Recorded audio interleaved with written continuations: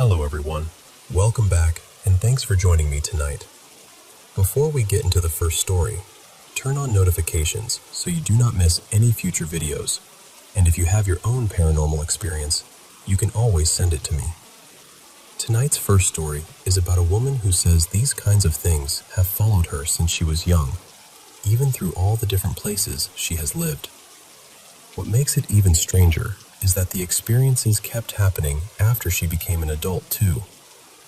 Alright, let's begin, and I hope you sleep well tonight.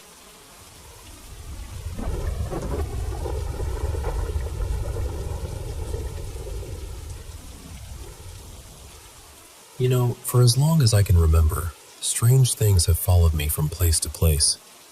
I'm 37 now, and ever since I was a kid, no matter where I've lived, there's always been some kind of paranormal activity around me.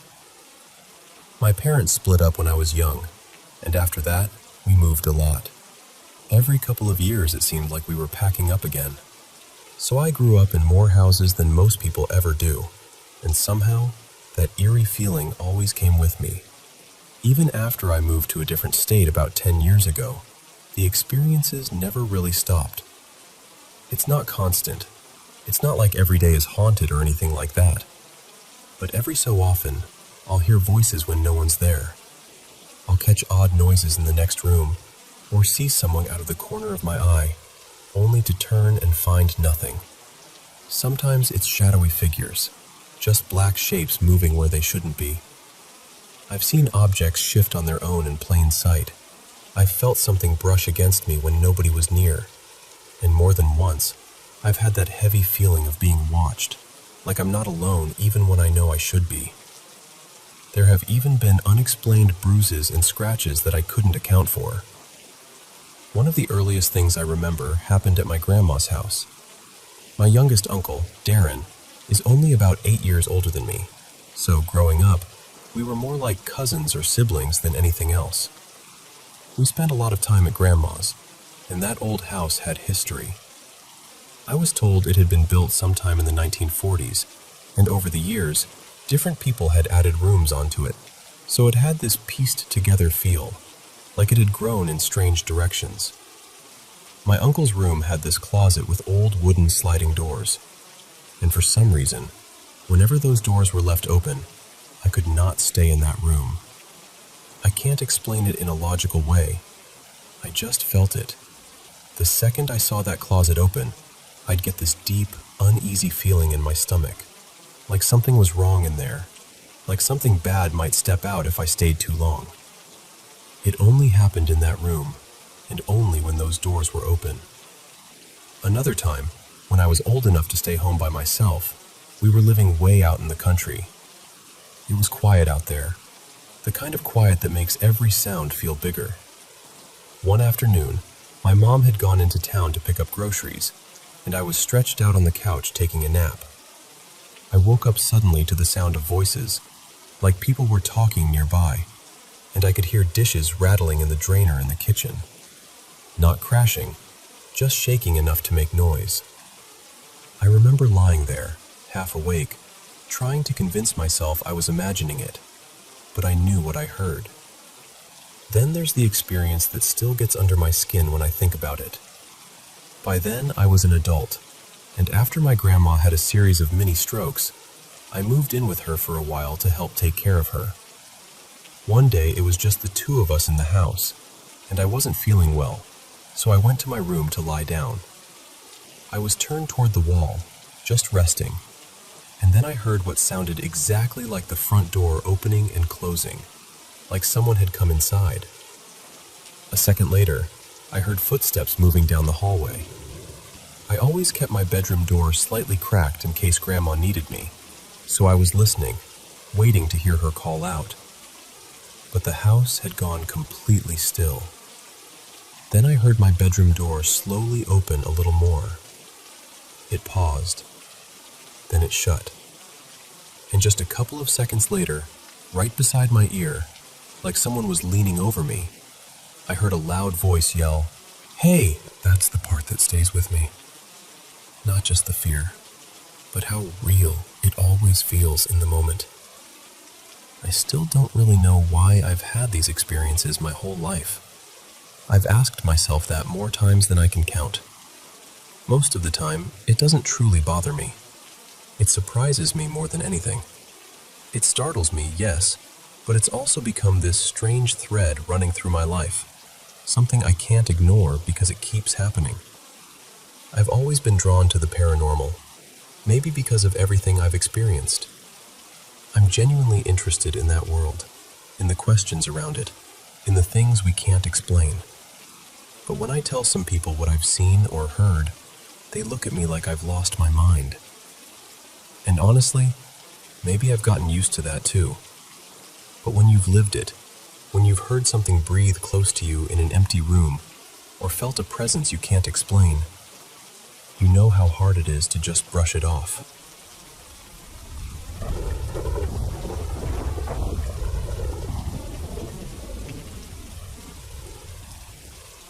I was 5 when my parents split up. Most of the time I stayed with my dad, because getting to my mom's place meant a long drive, almost 2 hours each way, so I usually only saw her every other weekend. Around that same time, my grandmother was getting very sick. Everyone around me knew she didn't have much time left, but I was only a little kid, so I didn't really understand what was happening. I just knew I loved her deeply. My dad and I were never especially close. He mostly kept me occupied by giving me one of those tiny old Android phones, and I spent a lot of time on it because, honestly, he didn't do much with me. One night, I remember crying and begging to go to my mom's house. I was screaming, completely upset, and eventually my dad had enough. He packed a bag, put me in the car, and started driving. What he didn't tell me was that my grandmother had died that same night. My mom wanted him to tell me. I know that now. While we were driving down the highway, they were on the phone arguing, both of them yelling. It got so heated that my dad pulled over to the side of the road because he didn't want to crash. He told me to stay in the car and said he'd be back in a minute. Then he got out and walked off into the dark. I remember just sitting there alone. It was around midnight, and I could barely see anything. Across the highway there were distant lights, and on the other side of the car there were woods. I was crying hard, tugging at the door handle, the way any 5-year-old would be in that moment. And then I heard voices. Low, hushed voices. I looked up toward the trees, and that's when I saw it. There was something standing at the edge of the woods. A man, maybe, but impossibly tall. Not just tall in a normal way. I mean at least 7 feet, maybe more. I didn't feel panic exactly. I didn't feel calm either. I just froze and stared.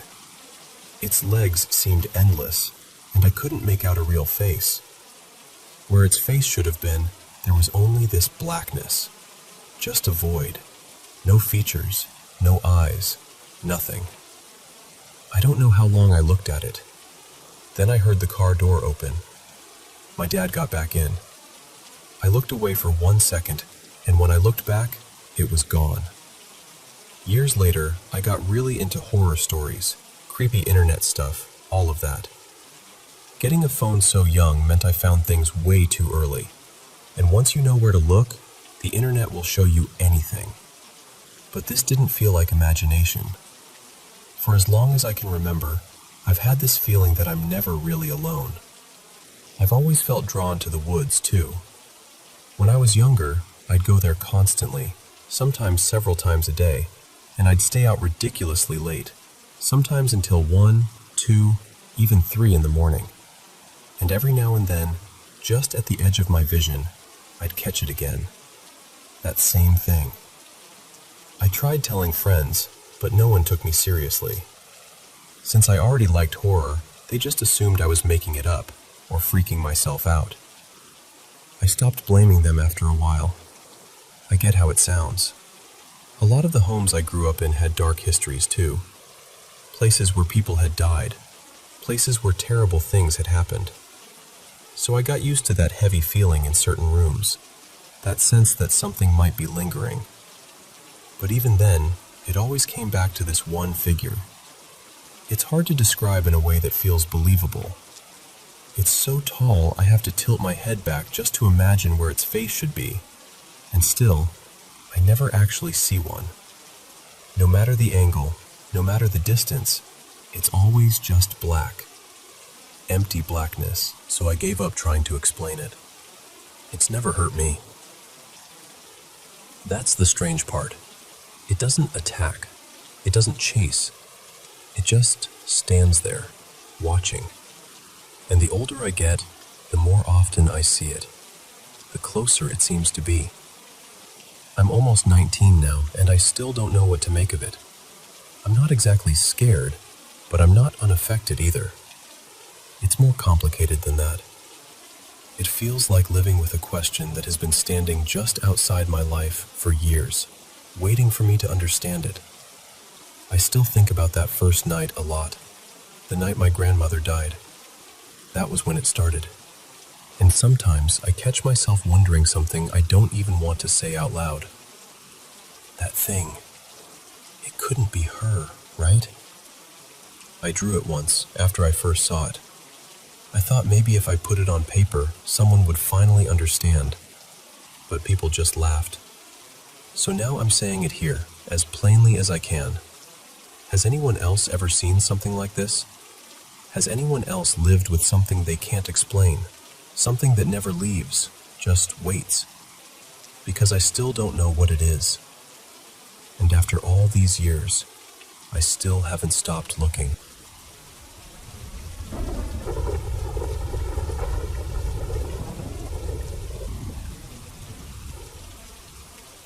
This happened around 16 years ago, when I was about 13. I was out riding my bike, distracted, and I turned the wrong way without really checking the street.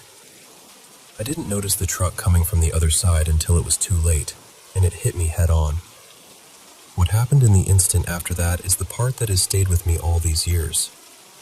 Time didn't exactly slow down. It was more like my mind suddenly became intensely clear, like it was working at full speed to make one decision as fast as possible. Right at the moment of impact, I became aware of something that felt like a voice, though voice is not quite the right word. There wasn't any sound.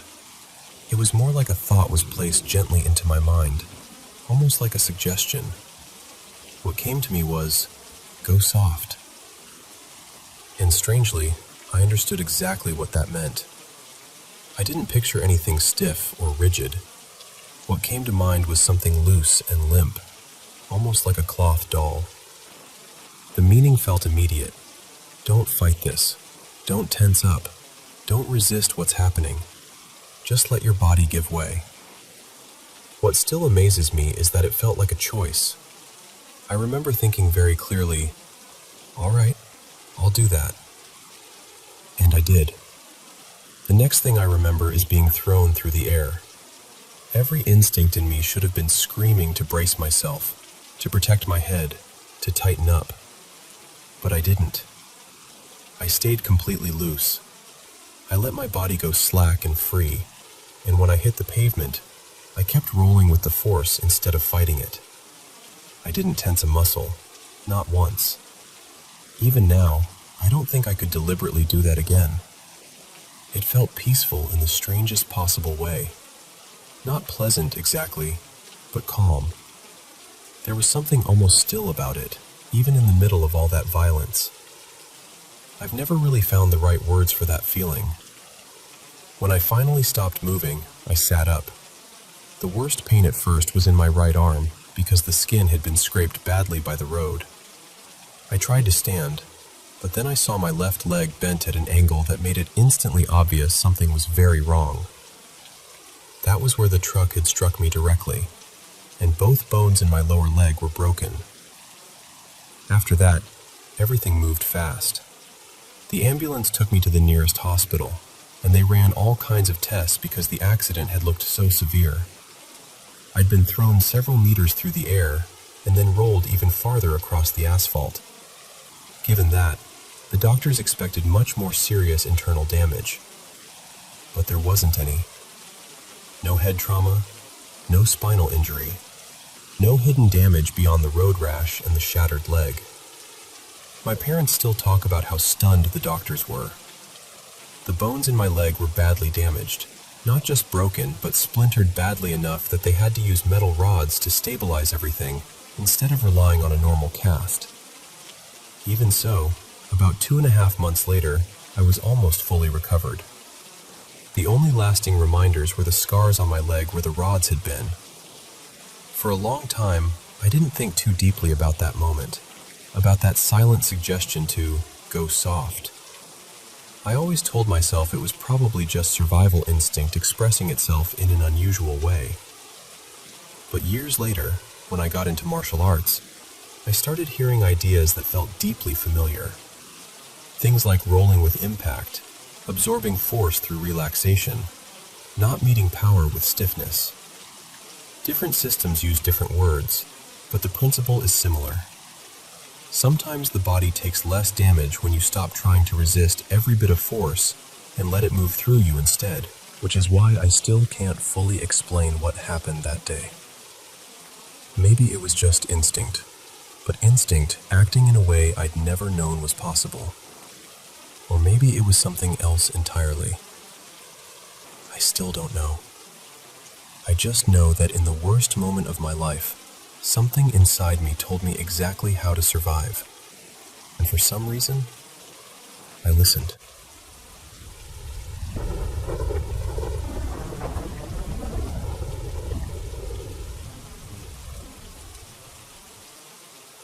This happened about 9 years ago, back when I was still living at my parents' house. I was staying in a basement bedroom, and there were several nights when I had a hard time falling asleep because I kept hearing, "in my room." I could never make out the words, but I could tell it sounded like a young girl's voice. It scared me more than I wanted to admit. After a while, I started asking my sister Lena to sleep in my room with me some nights. I told her I'd been hearing things, but I kept the details to myself. I didn't mention the whispering, or that it sounded like a little girl. I didn't want to frighten her, so I just said I was feeling uneasy about sleeping alone downstairs. Later that year, I left for college, and Lena ended up taking over that room. When I came home on break, she said something to me that stopped me cold. She looked at me and said, "I hear a little girl whispering sometimes. Was that the voice you heard too?" I hadn't told her that part, not once. A few months after that, she hosted a youth group gathering at our parents' house. There was one boy in the group who had apparently told people he believed something dark had been following him around. I don't know what everyone thought about that, but that was his story. After the gathering, he pulled Lena aside and asked her, "Why are there 2 little girls playing in your backyard?" He wanted to know if she knew anything about them. That summer, Lena and I were sharing the room again. One night, we were both lying in bed, each scrolling on our phones, when the whole room lit up for a split second. It looked exactly like a camera flash from the far side of the room, near the bedroom door. We both ignored it in the moment. I think each of us was hoping the other had somehow caused it by accident, and neither of us wanted to say out loud what we were both thinking. The next morning, we finally talked about it. The flash had come from high up near the ceiling by the door, but the door had been shut. There weren't any windows there, no outlets, nothing that could have explained it. The blinds on the other side of the room were closed, and it definitely wasn't headlights from outside. We'd seen car lights spill into that room before, and this was nothing like that. This was sharp, sudden, and bright, like a camera going off right in front of us. A few nights later, we brought it up again before bed. Then, while we were both awake on our phones, it happened a second time. The same flash, the same area of the room. Neither of us said a word. We just grabbed onto each other, pulled the blankets over our heads, and called our dad to come downstairs. He checked everything, but there was no explanation. After that, we finally told our parents the whole story, everything that had been going on. My mom asked a priest to come bless the house. On his way over, he told her he had a strong feeling that something was trying to keep him from coming that day. Hearing that only made everything feel more real, One detail that always stood out to us was that this bedroom had been part of a basement extension that had been dug out a few years earlier.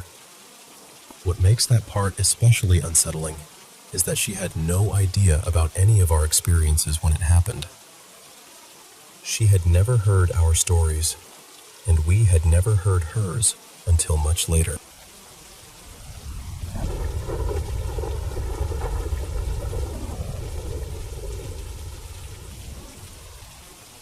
I need to tell you something that happened a few years ago, and even now, it still unsettles me in a way I can't fully explain. I was living near the Jacksonville area at the time, in a small trailer with a pretty simple layout. The living room and kitchen were one open space, and a narrow hallway led back to the bedrooms and bathroom. My younger sister's room was at the very end. One afternoon, I got home from school, dropped onto the couch, and was just starting to relax when I heard this awful sound. It was this slow, uneven breathing, wet and ragged, like something struggling to stay alive. At first, I honestly thought maybe some animal had gotten hurt outside, so I stood up to check the window, and that's when I saw it. At the end of the hallway, standing near my sister's doorway, was this thing about the size of a large wolf. Its head was turned just enough that I couldn't make out its face, which somehow made it worse. Its limbs looked wrong, bent at angles that didn't seem possible, like its joints were slipping out of place every time it shifted its weight. And its body, I still hate thinking about it. It looked raw, almost skinless, with slick yellowish patches across it, and I could see the muscles underneath twitching and pulling in different directions. It was making this chewing motion over and over, like it had something in its mouth. I froze. I had this sick feeling that it knew I was there, that it knew I was looking at it. I didn't go closer.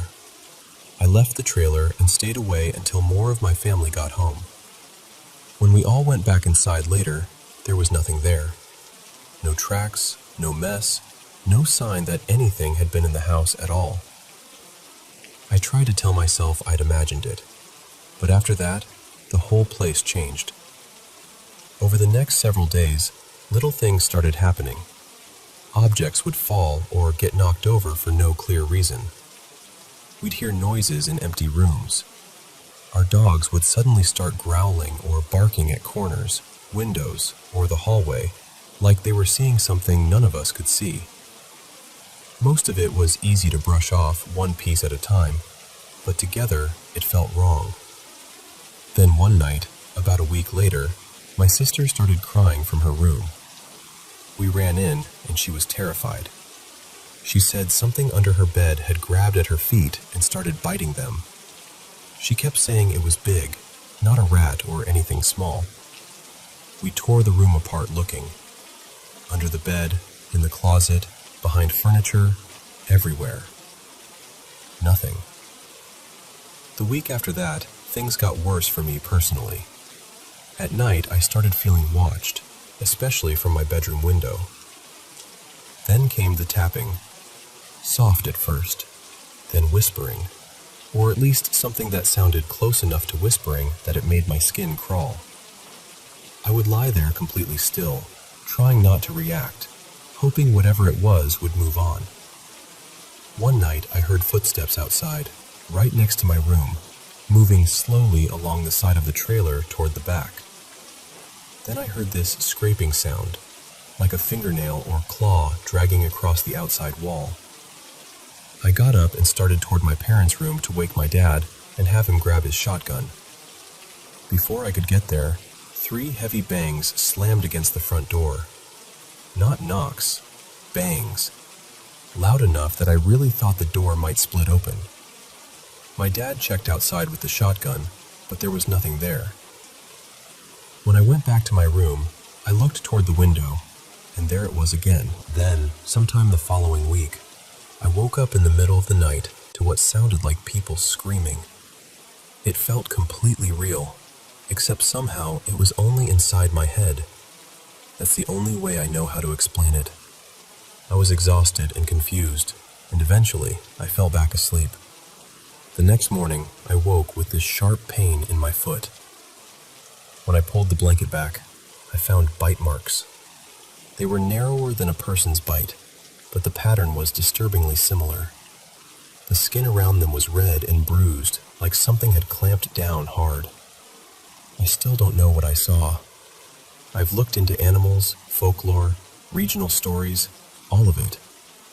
I changed details over the years in my own mind, trying to make it seem less real, less impossible, but nothing ever fit. And honestly, what stays with me most isn't even the way it looked. It's the feeling that it noticed me first. That it was already there, already watching, before I ever understood I wasn't alone.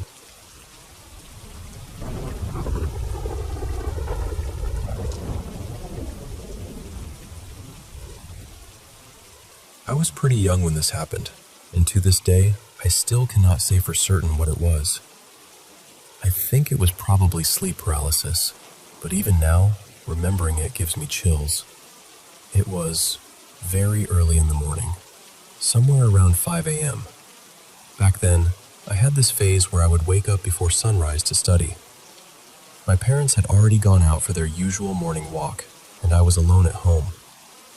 I remember being unusually tired that day, and at some point in between studying, I must have drifted off without realizing it. Then, after who knows how long, I became aware of this strange feeling in my body. My arms and legs felt icy and numb, like all the strength had drained out of them. I wanted to move, I really did, but I could not. I remember struggling against it, trying to shift myself on the bed, and the only thing I could manage was dragging or rolling myself a little farther toward the middle. Across from my bed was the door that led out to the balcony. It was shut, and right beside that door, I saw something. Most of the details are gone now, blurred out by time, but a few things stayed with me. I remember its skin looking dark blue, almost unnatural, and I remember the way it was looking down at me. That stare is the part I never forgot. I do not know how long it lasted. It could have been seconds, maybe longer. But eventually, I felt the strength return to my body, and when I fully woke up, I realized I really had moved from where I first fell asleep. I had ended up in the center of the bed, exactly the way I had felt myself moving during that half-dream, half-paralyzed state. Nothing like that ever happened to me again. No other strange experience in that house. Nothing I could point to and call paranormal. But the reason this stayed with me is because, years before my experience, my mother had her own unsettling story about that same balcony door. She told me that one night she had a dream, or at least that is what she called it. She always made a point of locking the balcony door before going to bed. But in that dream, somehow the door was open, and something came into the room. She described it as completely black, shapeless, and unfamiliar, and she remembered a cold gust of air coming in with it. The detail that really got to me was this. The floor had newspapers scattered all over it that night because I had been working on something earlier. In her dream, she could hear the exact, crisp, crinkling sound of footsteps pressing down on the papers, as whatever it was moved through the room.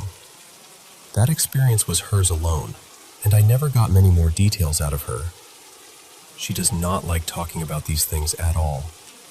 She is the kind of person who believes there are things we do not understand, but absolutely hates discussing them.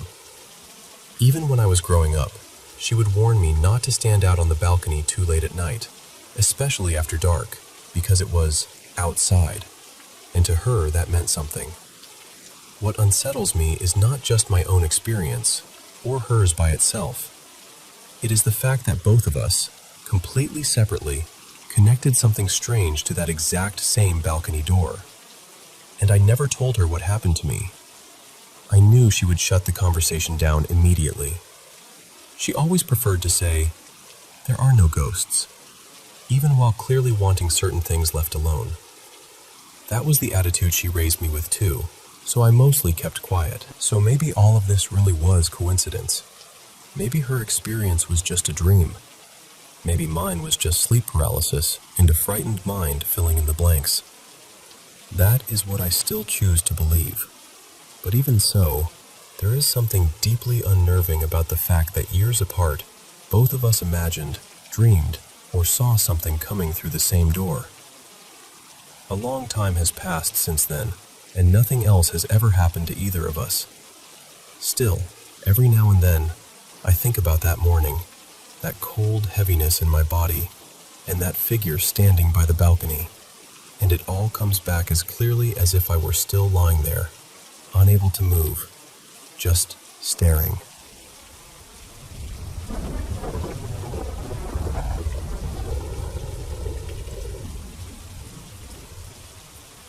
I've been dealing with sleep paralysis for close to 20 years now, and it still unsettles me every time. It usually happens maybe once or twice a month, sometimes more if I'm stressed or not sleeping well. Most of the time, it's the same pattern. I wake up just enough to realize I'm stuck. I can't move. I can barely breathe right, and I know exactly what's happening even though I'm still trapped in that half-asleep state. Usually, I don't see anything strange. For me, it's mostly just the physical feeling of being frozen. Over time, I kind of taught myself how to break out of it. I focus all my energy on trying to move the smallest part of my body, like a finger, my foot, whatever I can manage, and if I keep at it long enough, I can finally snap myself awake. But this time was different, and honestly, that's why I'm telling you about it. A couple hours ago, I had fallen asleep on my couch after watching a movie. My couch sits almost in the middle of my apartment, so from there I can usually make out most of the place. The television and my little work desk are off to the right. The bedroom door is straight ahead, and the kitchen and front door are off to the left. When I slipped into sleep paralysis tonight, I became aware of it right away. But instead of darkness or that usual blank feeling, I could see everything. Not vaguely either. I mean, I could see my whole apartment clearly, almost too clearly, like my eyes were fully open. It was almost like I had this wide, sweeping view of the room, more than I should have been able to see from where I was lying. And then I heard something. It sounded like an old television program playing somewhere nearby, like dialogue from a late-night rerun. My first thought, and this makes no real sense now, was that my mom must have the TV on in her room behind me. But that's impossible.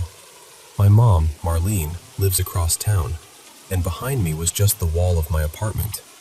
There was no room back there, no sound source, nothing. Eventually, I managed to pull myself out of it. I did the usual thing, tried to move, fought through that heavy frozen feeling, and finally woke all the way up. The second I did, the sound was gone. Completely gone. The apartment was quiet, and of course I was alone. I grabbed my phone and texted my mom, mostly because I was rattled and needed to tell someone. It was late, so I expected her to be asleep, but she answered almost immediately. She asked if I was okay because I never text that late at night. Then she told me she was still awake because she couldn't sleep either, and she'd been watching an old sitcom. So I called her. I told her what had just happened, and I could hear the shift in her voice when she realized I wasn't joking. Then she said, "Wait, were the voices kind of like this?" And she held up the TV so I could hear part of the show she had on. It was exactly what I heard. Not kind of similar, not close. It was the exact same dialogue, word for word. I just froze. My whole body got that prickly, hair-standing-up feeling the second I heard it. And then, as if that wasn't strange enough, I started getting acid reflux during the call, completely out of nowhere. I haven't dealt with heartburn in years. I quit drinking about 2 years ago, and since then it's basically disappeared. But in the middle of talking to her, I suddenly felt that familiar burning rise up in my chest. Then my mom said, almost casually, that she was sorry for the noise in the background because she was digging through a drawer looking for antacids.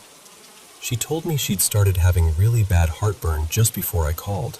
I'm wide awake now, and honestly, I can't stop replaying it in my head. I keep trying to come up with a reasonable explanation, and maybe there is one, but right now, it just feels deeply strange, and I needed to say it out loud to someone, because keeping it in my head was making it even worse.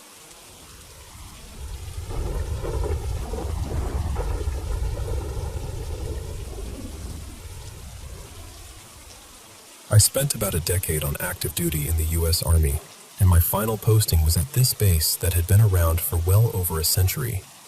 It had that kind of old, heavy history to it. The housing area there was dated too. Most of the homes had originally gone up in the 1950s, and even though ours had been renovated, it still carried that old house feeling. At the time, my daughter Ellie was about 5, full of energy, always keeping us on our toes. I was working as a military police officer, mostly on night shift, so my schedule was upside down compared to everyone else's. This happened sometime in the dead of winter, probably late January, maybe early February. I just remember how bitterly cold it was. We also had 2 German shepherds, and they were very protective. Whenever I was at work, they'd sleep in the master bedroom with my wife. One morning, I got home a little after 6. I pulled into the driveway and immediately saw something that stopped me cold. Both garage doors were open. The front door was standing wide open too. Even the door from the garage into the house was open. That alone made no sense.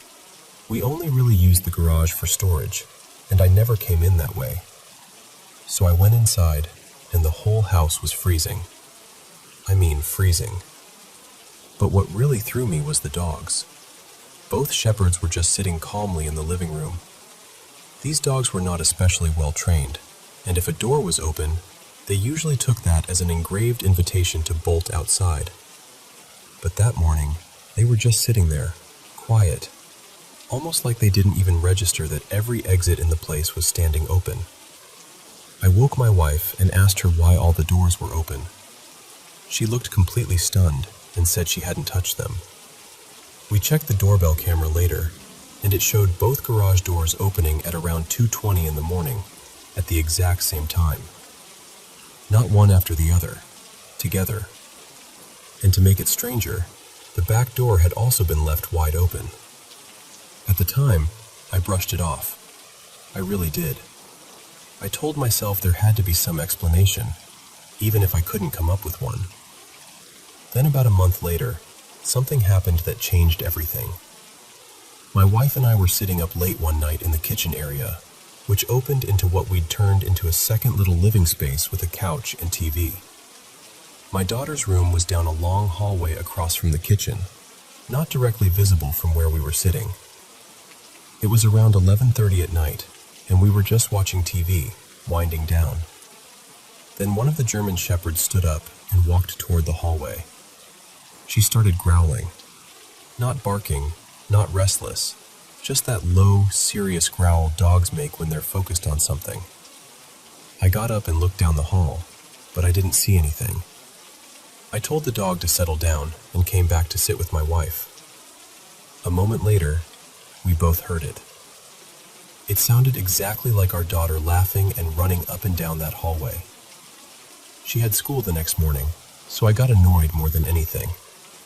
I stood up and called out, "Ellie, go back to bed." But the laughing didn't stop. It got closer. That's when the irritation dropped right out of me. I went into the hallway, expecting to catch her sneaking around, but there was no one there. So I opened her bedroom door, and she was in bed flat on her back, completely asleep. Dead asleep. I touched her arm and told her it wasn't funny, that she needed to stay in bed, but she didn't even stir properly. She was out. After that, things in the house started feeling worse. The dogs would growl at dark rooms, at corners, at spaces where there was nothing there. Certain rooms would turn so cold you could actually see your breath. Sometimes these awful smells would show up out of nowhere and then disappear just as fast. Eventually, we put in a request with base housing to move. It took some pushing, but after enough complaints, we were approved for another house.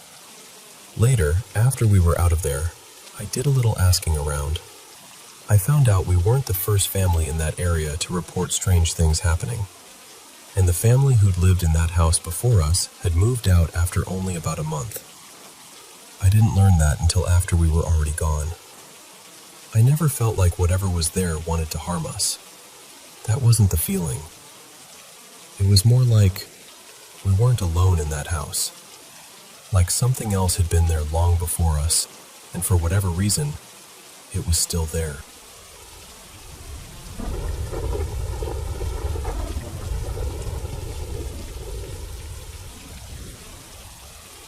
Over the years, I've worked in a few houses that felt wrong in a way I still can't fully explain. Not just old house noises either. I'm talking about things moving when no one was around. Voices with no source. Footsteps where there should have been silence. Knocks coming from empty rooms. And, in one case, someone I saw with my own eyes who simply wasn't there. Every place had that same heavy feeling too, like the air itself was warning you to leave. The first one was in Los Angeles, back in 2014. It was an old place, built in 1901, originally owned by a well-off family. The current owner lived across the country in Boston and had hired me to restore the fireplace brickwork and repaint most of the first floor. He'd barely spent any time there himself, so he had no idea anything strange was going on. A couple of days into the job, I started hearing footsteps upstairs. At first, I thought somebody had gotten in somehow, maybe a squatter.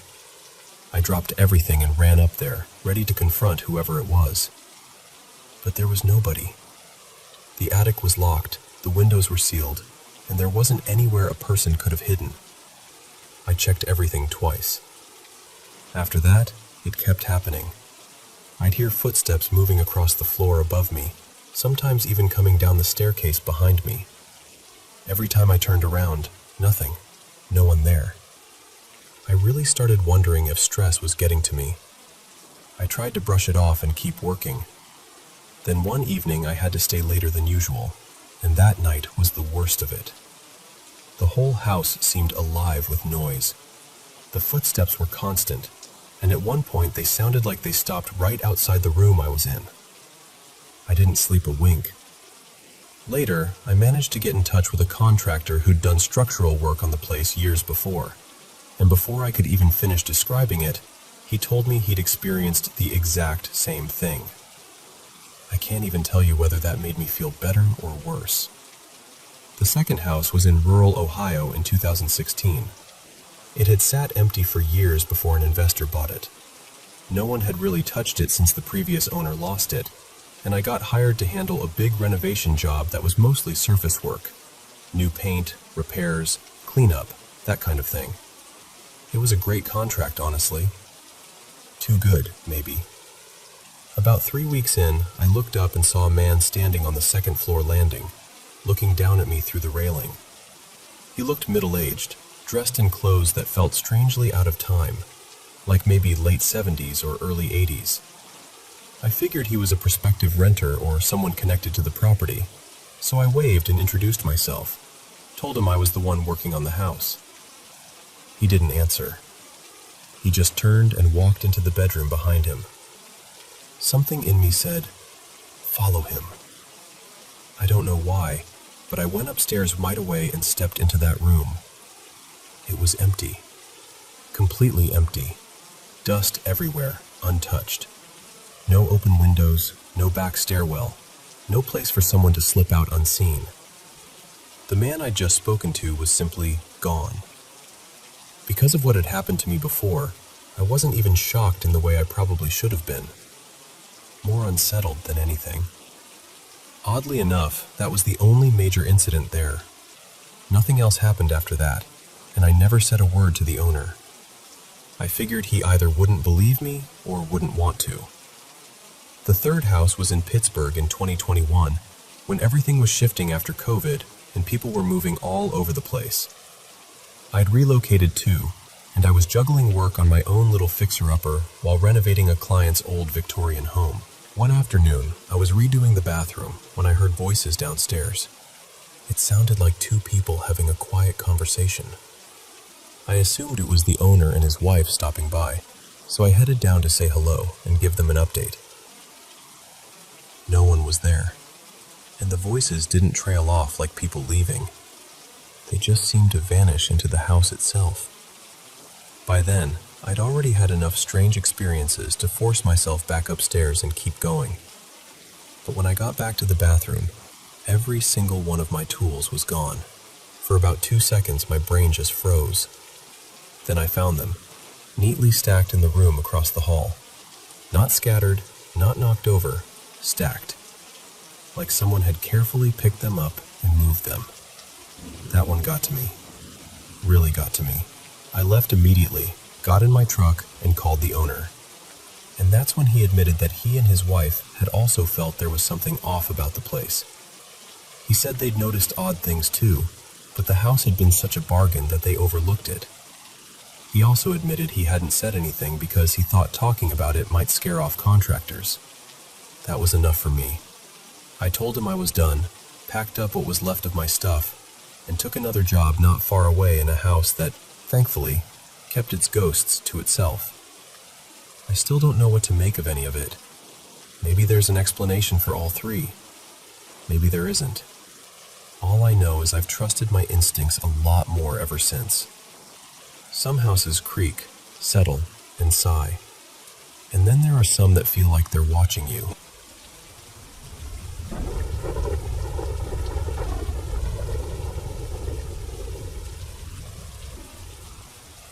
I still do not really know how to talk about this without sounding completely unhinged, but I am going to try. A couple of nights ago, I went to New Orleans to meet up with some friends for St. Patrick's Day. I should say right up front, I have never been the kind of person who believes in the supernatural. No ghosts, no demons, none of it. At least, that was true before that night. I was out with friends. I will call them Dean, Jennifer, and their friend Mason. We started at a smaller parade in the French Quarter, and after that we drifted through a few bars. The last place we ended up was this little bar that felt strangely quiet for a holiday night. It was barely after midnight. St. Patrick's Day was still in full swing, and yet the place was almost empty except for us and one other table. At first, I just thought it was odd. Then the whole atmosphere started to feel off. Not dramatic at first, just wrong in a way I could not explain. I noticed this tall man in flashy gold boots come through the door. He walked in, made this slow loop around the room, and left. Then a minute later, he did the exact same thing again. Same path, same pace, same everything. The third time, he came in with a few other people, and they lined up near the wall and started moving together. I guess you could call it dancing, but it did not feel natural. It was too synchronized and too empty at the same time, like people trying to imitate being alive and almost getting it right. That was when the fear really started creeping in. I told my friends something felt wrong, but they brushed it off. They thought I was just tired or overwhelmed. Then I saw a guy come in carrying a pizza box and sit down at the bar. A little later, I saw him do it again, and again. And I do not mean someone who looked like him. I mean the same man, the same box, the same motion, like the room had hit some kind of loop and was replaying the scene over and over. At first, I tried to explain it away. I thought maybe I was missing something. Maybe people were messing around. Maybe I had too much to drink. But there was no variation. None. It felt like watching a moment get rewound and dropped back in place. Around then, another man at the bar started gesturing toward Dean like they knew each other. The way he acted was so familiar, so overly excited, like he had just spotted an old friend. Dean kind of laughed it off and played along, but later he told me he had never seen that guy before in his life. By that point, I was not just uneasy mentally. I felt sick, heavy. My whole body felt like it was picking up on something before my brain could make sense of it. I went to the bathroom just to get a second alone, but even there the feeling kept building. When I came back out, I told my friends we had to leave. They did not move right away, so I started toward the door by myself. And that was the moment everything tipped from strange into terrifying. As I walked out, I glanced toward the bar and caught the eyes of a couple of people inside. The second that happened, I felt this blast of fear that did not feel like normal fear. It felt cold and targeted, like something had noticed me noticing it. I stepped outside, and there was a small cluster of people standing there. I looked at one woman, just for a second, and this thought hit me so hard it almost knocked the breath out of me. Those are not people. And somehow, even worse than that, I felt absolutely certain they knew I had realized it. Once we finally left, I noticed the street was almost completely empty. That should not have been possible. A holiday night in the quarter should have been loud and crowded and full of people. But suddenly, it felt abandoned. I started crying and I could not stop. It was not embarrassment or stress. It was this crushing, oppressive feeling, like the air itself had turned hostile. Dean had his arm around me, trying to calm me down, when the man from the bar, the one acting like Dean's long-lost buddy, suddenly pulled up beside us in a black car. It came out of nowhere. He rolled up, screamed at us for a few seconds, then slammed on the gas and shot down the street so fast it barely looked real. As we got farther away from that bar, the heaviness started to lift. I could breathe again. I stopped crying. Then a few blocks later, it hit me one more time. Not as strong, but enough to make my stomach drop all over again. And then it passed. There were a few other things that happened too. Little details I still cannot fully explain, but even saying this much makes me feel ridiculous. Still, I know what I felt. I know how real it was. I have never experienced anything like that before, and honestly, I am still scared thinking about it now.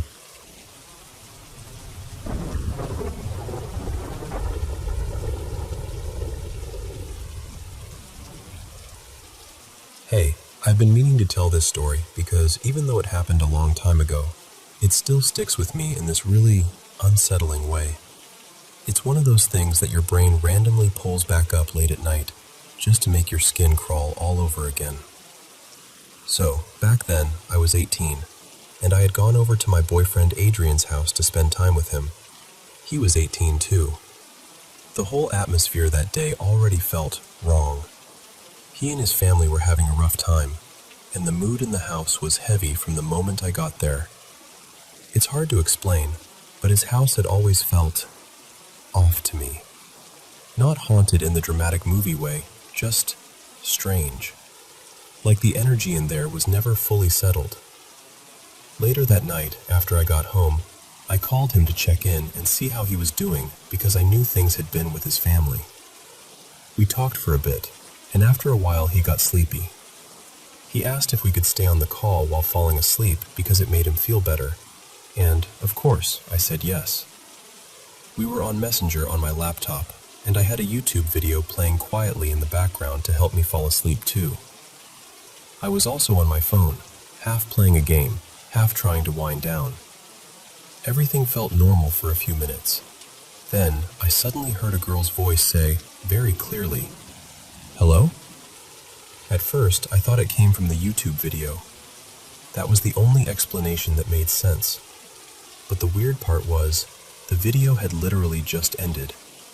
So I replayed it to check, thinking maybe I missed something or maybe it glitched. There was nothing. No voice. No hello. Nothing even close. And what made it worse was that the voice had an American accent. We're from the Philippines, so that detail really stood out to me. It made the whole thing feel even stranger, even more unnatural somehow. And this is the part where I probably made it worse for myself. I answered. I said, "Hello? Babe?" I honestly thought maybe Adrian was messing with me, or maybe he had woken up and said something weird into the mic. But after I answered, there was just silence. No response at all. That's when the fear really hit me. I checked Messenger right away. For some reason, my mind jumped to the most irrational possibilities. Like maybe he was talking to someone else. Maybe another call was open. Maybe there was some explanation I just wasn't seeing. But there was nothing. Everything looked normal. I hung up, and I swear panic just rushed through my whole body. I'm the kind of person who genuinely cannot handle scary things. Horror stuff doesn't entertain me. It wrecks me. Adrian knew that better than anyone. So after I ended the call, I messaged him right away and told him something creepy had happened. I was so shaken that I didn't even sleep in my room that night. I went and slept beside my mom because I just could not be alone. The next morning, I called him again and told him everything. And then, he told me something that made it even worse. He said that at around that exact same time, he had opened his eyes just slightly and saw some kind of figure move fast across the mirror in his room. Not standing there, not lingering, just this sudden motion, like something darting past. He also said that the entire night, he had this strong feeling that something was watching him. Nothing ever happened after that. It's been about a year now, and there hasn't been any other incident since. But every once in a while, my mind replays it, and I get that same cold feeling all over again. I still don't know what it was. Maybe there's some explanation for it. Maybe there isn't. I just know that in that moment, it felt real, and it scared me more than I can really put into words.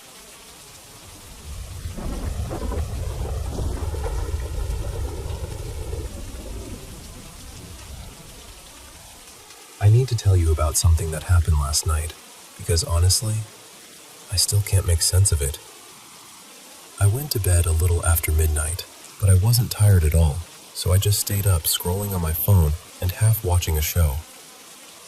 It must have been around 1:45, maybe closer to 2, when the power suddenly cut out.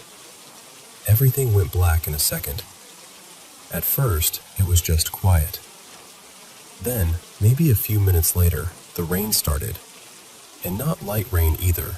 I mean the kind that slams against the windows, with thunder shaking everything and flashes of lightning now and then.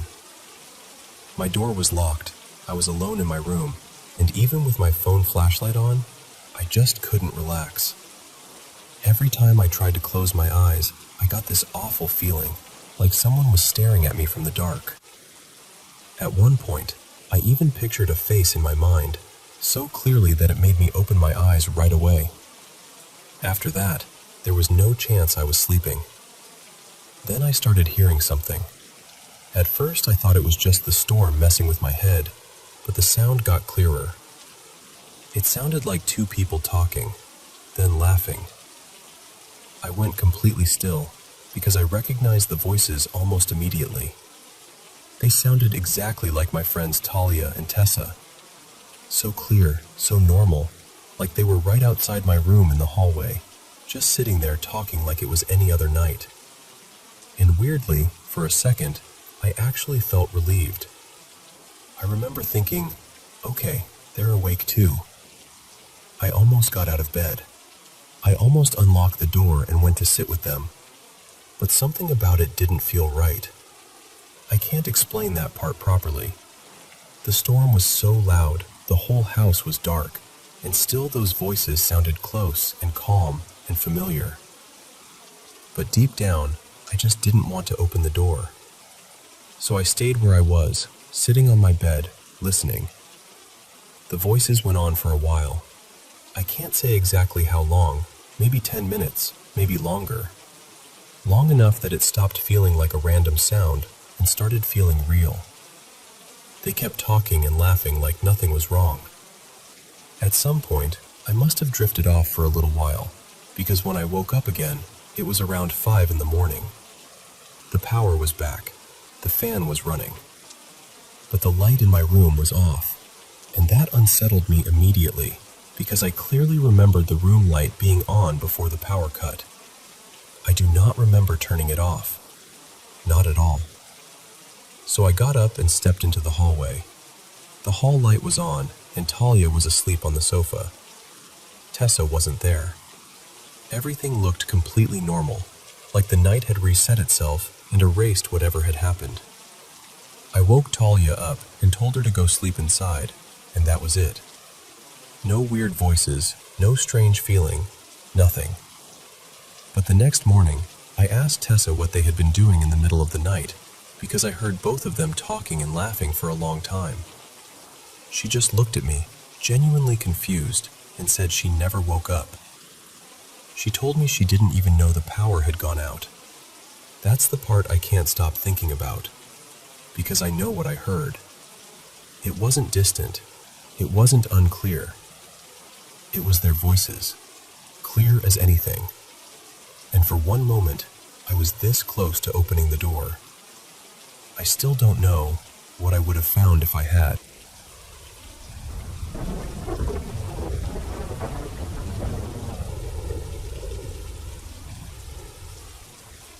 I was 18 when I was drafted and sent to stay in military housing. I live in a country that still carries the bruises of an old dictatorship, and from the moment I arrived, that place felt like one of those bruises had been left open. The building was crumbling, damp, half-rotten, and so cold it felt personal. It looked like nothing inside had changed since the 1950s. Sleeping there was almost impossible. Time felt wrong in that building. You could lie down convinced you'd slept for hours, then check the clock and realize only 20 minutes had passed. None of us rested properly. There were sounds everywhere. Footsteps, knocks, murmurs, things that would wake you up and then vanish the second you tried to make sense of them. On my first day, we were walking in line in broad daylight when I felt my hand jerk backward, like someone had grabbed me. I turned around, annoyed, thinking somebody was messing with me. But I was at the very end of the line.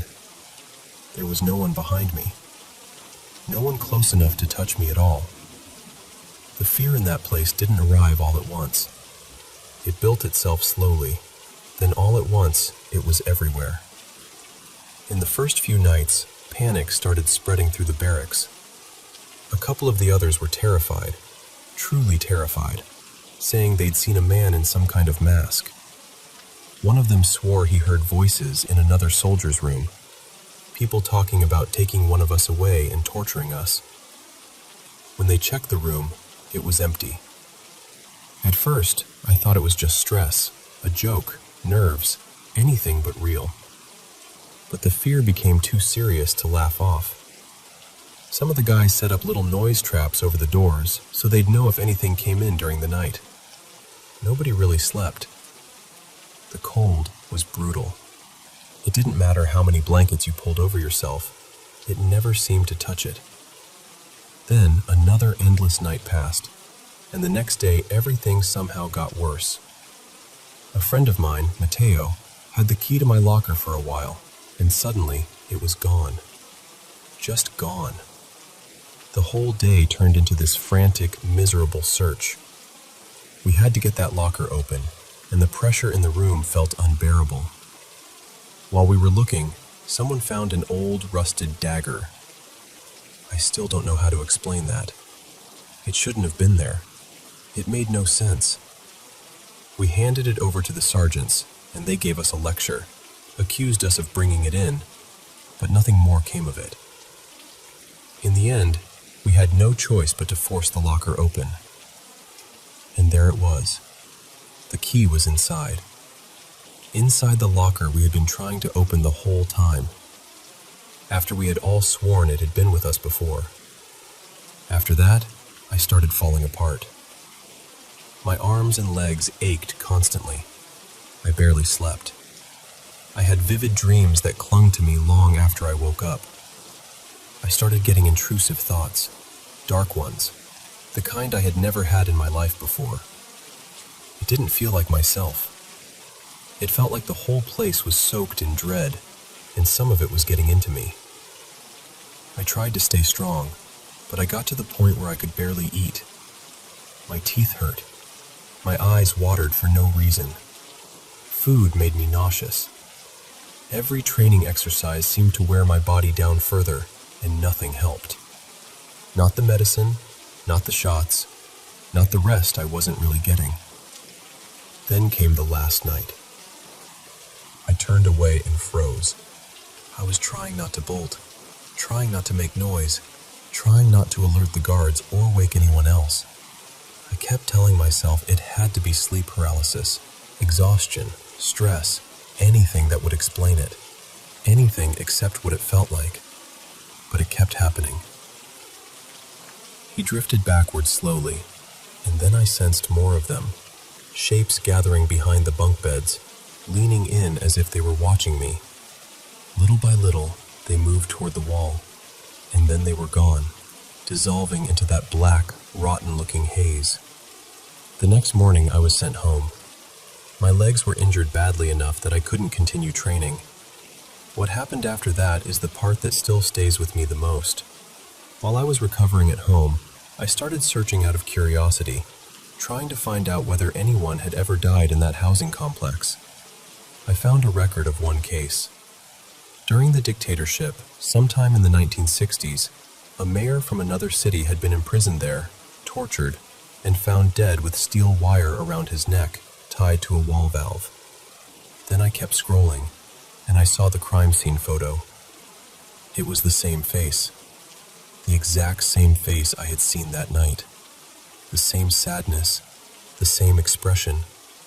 I couldn't get it out of my head for days. But after a while, I stopped thinking of it as something that had come to threaten me. I started thinking maybe it had come to warn me. Like whatever remained there wasn't trying to harm me, but to show me what that place had been, and what it still carried.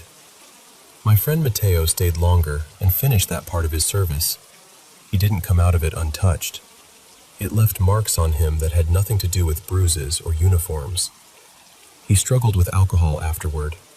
He saw awful things there, people trying to hurt themselves, people unraveling, nights filled with torment, and that same presence moving through the bunk room. So no, this isn't a story with a neat ending.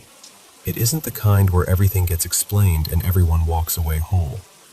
What happened there felt bigger than one haunting. It felt like the violence of my country's past had soaked into the walls and stayed alive in some form, echoing through the people forced to sleep there. I still hope the souls tied to that place find peace one day. I hope the living do too. Because ever since then, I can't sleep in complete darkness, and Mateo can't either. And even now, sometimes it feels like those presences are still close, not always cruel, maybe not even evil, but restless in a way that time never healed. Their suffering outlived their bodies.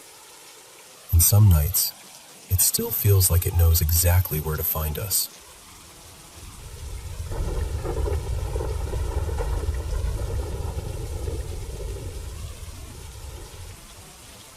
I've never really known how to explain this properly, but I want to tell you exactly how it's been for me.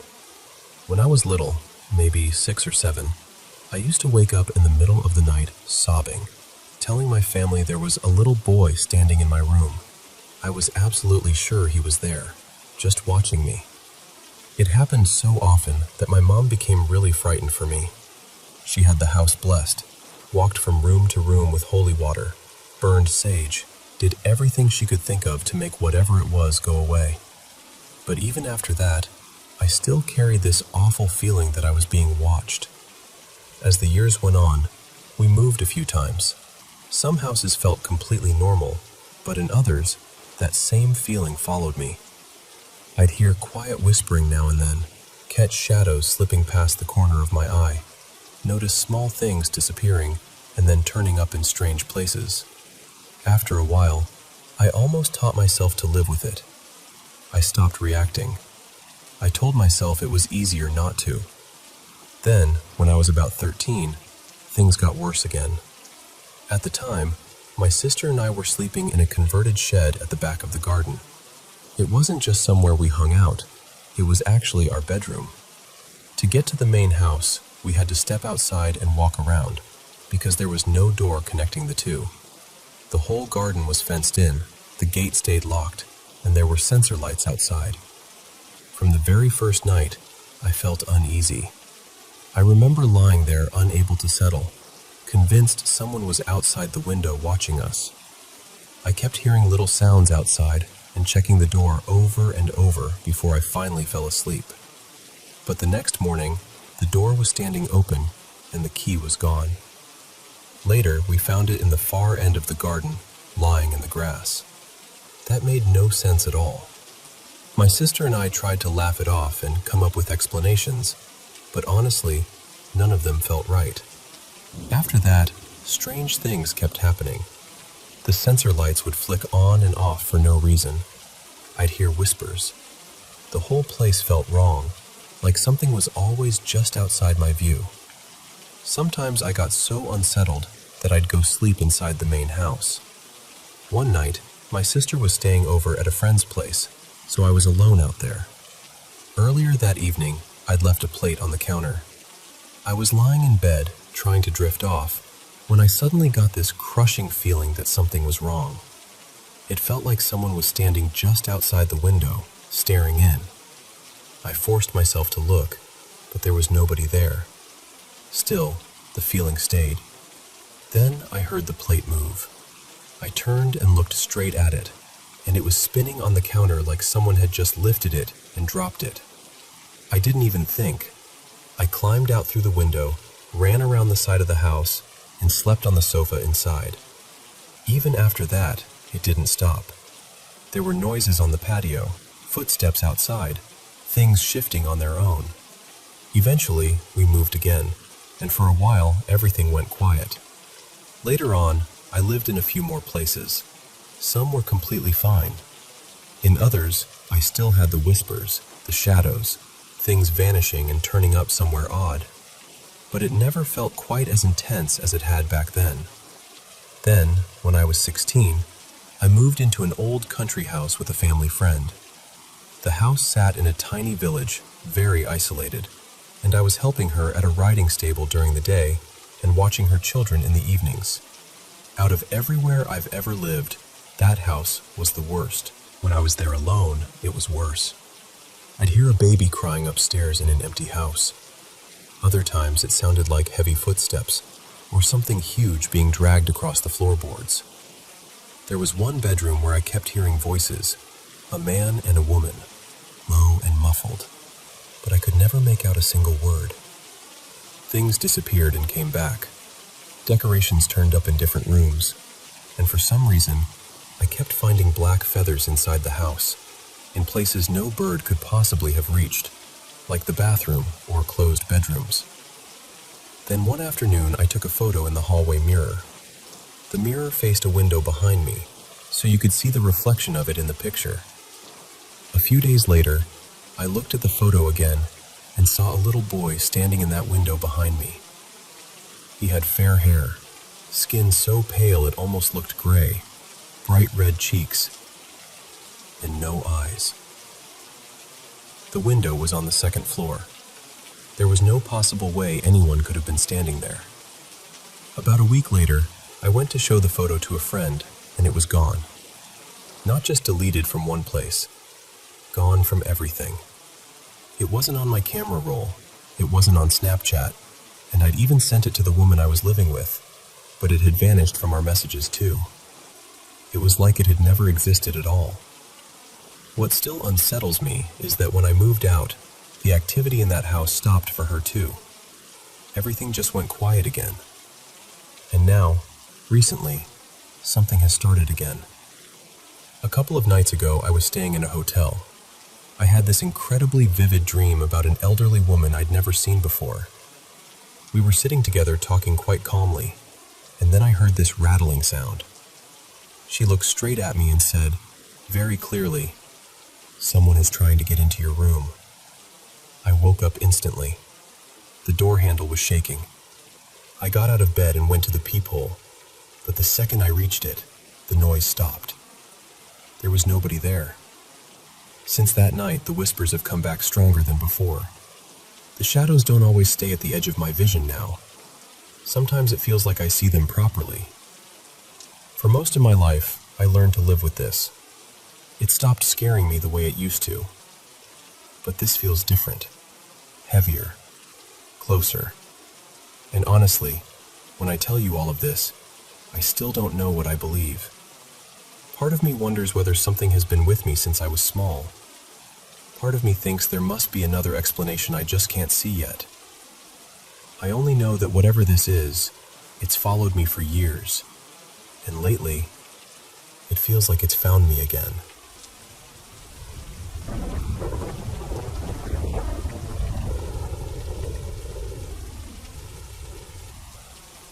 I've just come back from spending a week at this beautiful old country manor, and honestly, I still can't stop thinking about it. The house dates back to around the mid-1500s, so it carries that kind of deep, lived-in history you can almost feel in the walls. I was there with my husband, our 2 children, and my mother and father, and because it sits way out in the countryside, the nights are unbelievably still. The kind of silence that feels heavier once the sun goes down. We'd actually stayed there once before. During that first visit, there was only one moment that really stood out. In the middle of the night, both my husband and I heard what sounded exactly like one of the children coming to our bedroom door. We both noticed it, but when we checked, there was nobody there. Other than that, it was mostly just this strange feeling at night, like the house changed character after dark. But this last visit felt different, stronger somehow. It started with me waking up at around 3 in the morning because I was sure my husband was tapping me lightly on my side. But when I turned, he was fast asleep, facing the other direction. I told myself not to overthink it, rolled over, and tried to forget about it. Then it happened again, and again. A few nights in a row, I kept waking to that same feeling, like someone was trying to get my attention. Around the same time, the bathroom light started making this sharp buzzing sound and flickering whenever I went in there. I tried to be practical about it. The manor is ancient after all, and old houses have their quirks. Faulty wiring felt like the sensible explanation. Then came the part that really unsettled me. One night, I had this incredibly vivid experience, somewhere between sleep and being awake.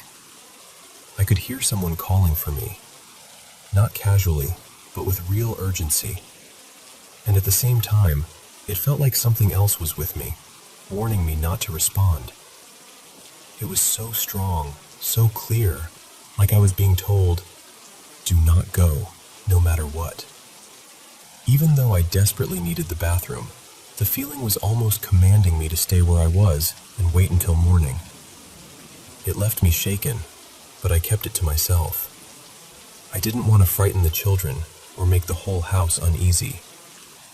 The next day, though, I was talking with my mom, and she told me that during the night she had heard someone calling, "Mom, Mom," as if a child needed her. She got up, checked on everyone, looked in on the children, and they were all asleep. She couldn't find anyone who'd made the sound. That was when I told her about what I'd experienced.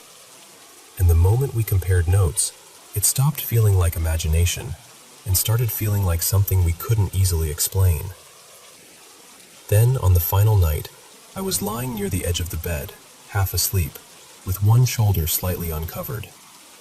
And I felt it, very clearly. Something touched me and slowly traced a finger from my shoulder down along my arm.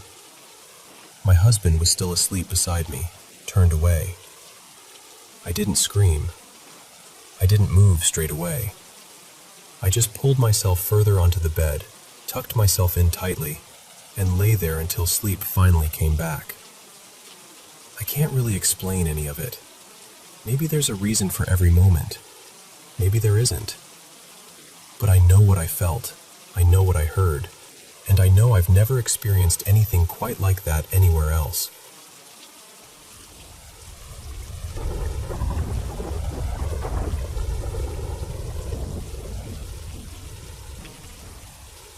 Hey everyone, welcome back to the Paranormal M channel.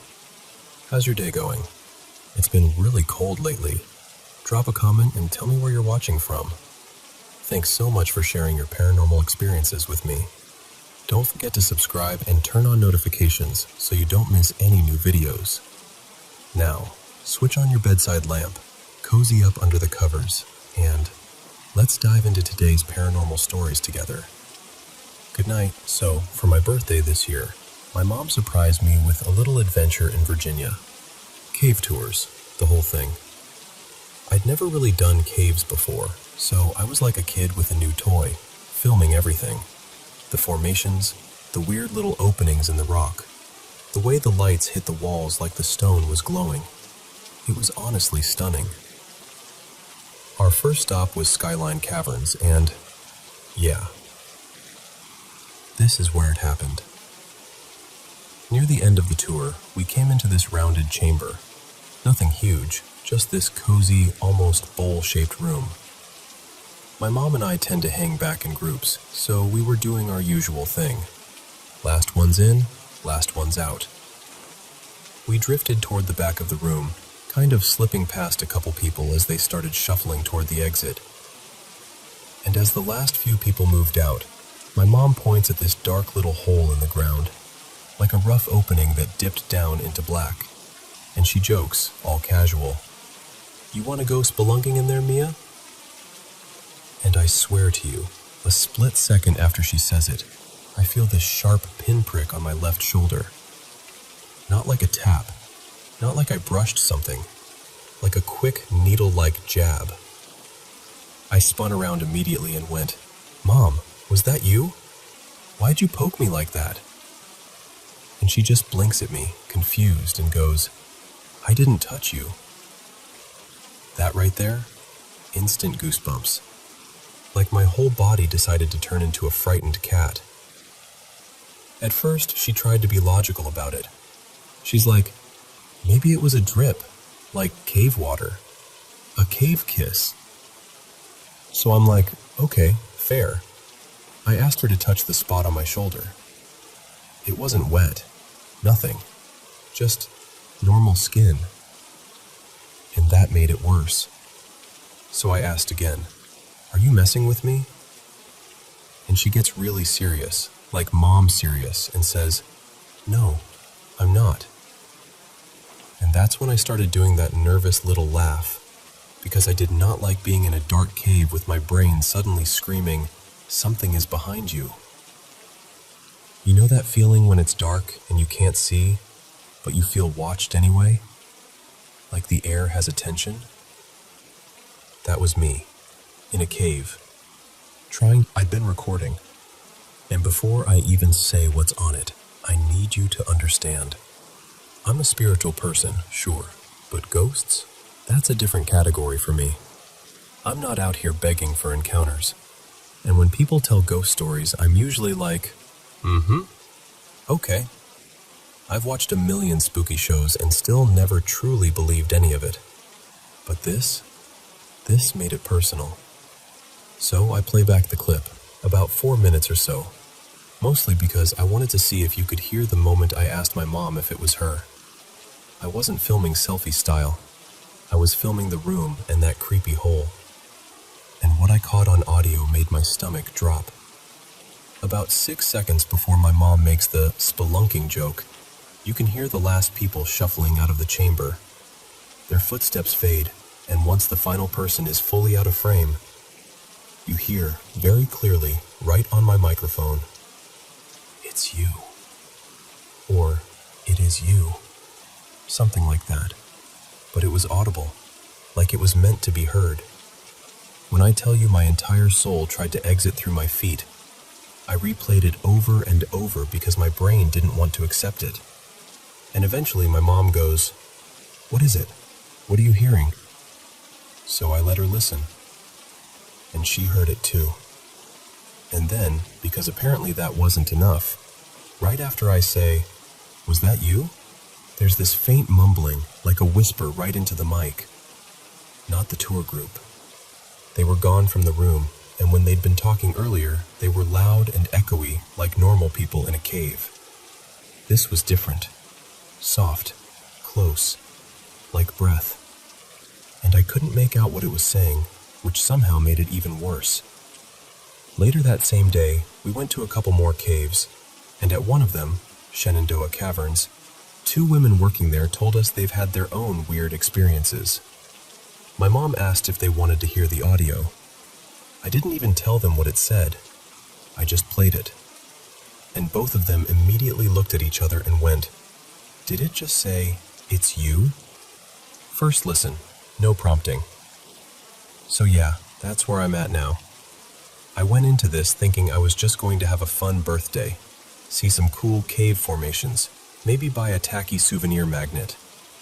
And instead, I left with the kind of experience that makes you rethink every horror story you've ever rolled your eyes at. And here's the thing, I'm usually calm in weird situations. I used to work in emergency response, so I'm not someone who panics easily. But that freaked me out. Like, a lot. And now I keep wondering, has anyone else had something creepy happen at that cave? Or any cave, honestly. And what in the world was that voice? And why did it sound like it was talking to me?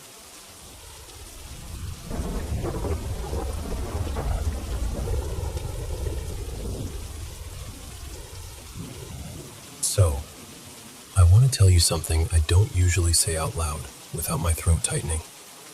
This comes from my own life. I'm not repeating a rumor or making up some spooky story for attention. I'm telling you what happened to me, what I did, and what it turned into. Back in 2017, my life was already falling apart. My marriage was turning to dust. My wife had left the apartment and started staying at her mother's place most nights. The silence in my home wasn't peaceful. It was suffocating. I was angry, lonely, embarrassed, and honestly, desperate. One night, scrolling online the way people do when they don't want to feel their own thoughts, I found a video with a title that still makes my stomach drop.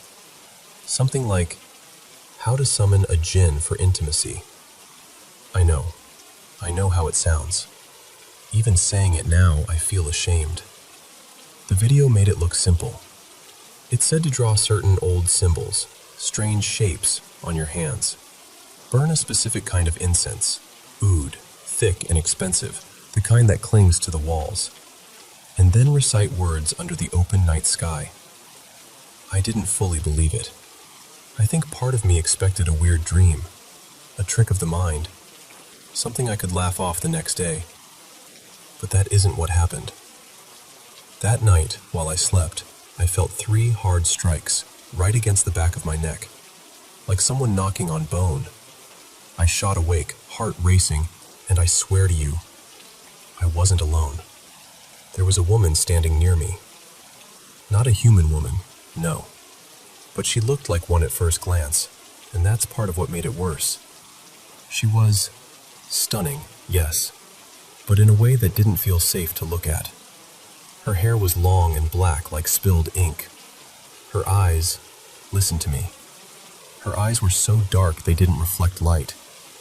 It was like staring into something that swallowed light. And she spoke, calm like she'd been invited. "I am yours," she said. "I came only for intimacy." Later, she told me her name was Ramisa. Just a slight difference in the way she said it, like the name didn't belong in my language. And she told me, almost proudly, that she was the daughter of someone powerful among her kind. The first encounter, it didn't feel like anything I'd known. It was vivid, physical, impossible. And when it was over, I lay there shaking, like my body didn't know whether to breathe or scream. The video had warned about one thing. It said after it happens, you must dismiss her. Recite a word, a phrase, 3 times, and then say nothing else. No questions, no panic, no conversation. Just the dismissal and silence, so she leaves.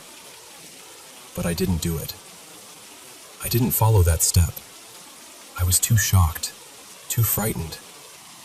I spoke to her, asked who she was, begged her to stop. I don't even remember clearly. And she only repeated, like it was a rule carved into her, "I am yours." And then she vanished. At first, I told myself it was over, that it was a one-night insanity, But the next day, she came back. And that's when she told me the price.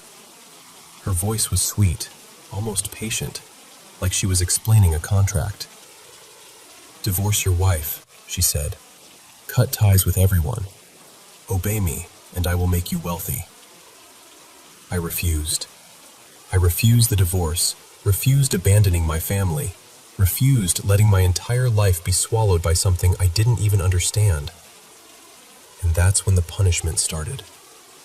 And then she did something else that broke me in a different way. She planted a fear of water inside me. Not a normal fear, a paralyzing one. I couldn't wash properly. I couldn't cleanse myself the way I used to. Even standing near running water made my chest tighten and my hands shake. Days would pass where I felt filthy and trapped in my own skin. My relationships with people collapsed. My life with humans, intimacy, normal closeness, ended. I became afraid to speak freely to anyone, afraid she would punish me for it. And people around me started suffering too. A friend of mine, Ilias, someone I cared about, died suddenly after she made these vague, smiling threats about those who stay close to you. I can't prove she did it. I know how that sounds. But the timing, the way it happened, it left me sick with guilt. Like my life had become poisonous to the people I loved. Neighbors started acting strange around me, whispering, avoiding eye contact, crossing the street when they saw me, like my presence carried something contagious. I started wearing headphones all the time, not just for music. It was to avoid conversation, to avoid being seen as too connected, too social, too alive. Because whenever I tried to feel normal, it was like she'd tighten the leash. She demanded things. Burn this incense on a schedule. Avoid crowds. Stay away from certain places. Don't let people into your life. She pushed my mind toward ugly, forbidden thoughts. Things I still can't say without feeling sick. And I fought her.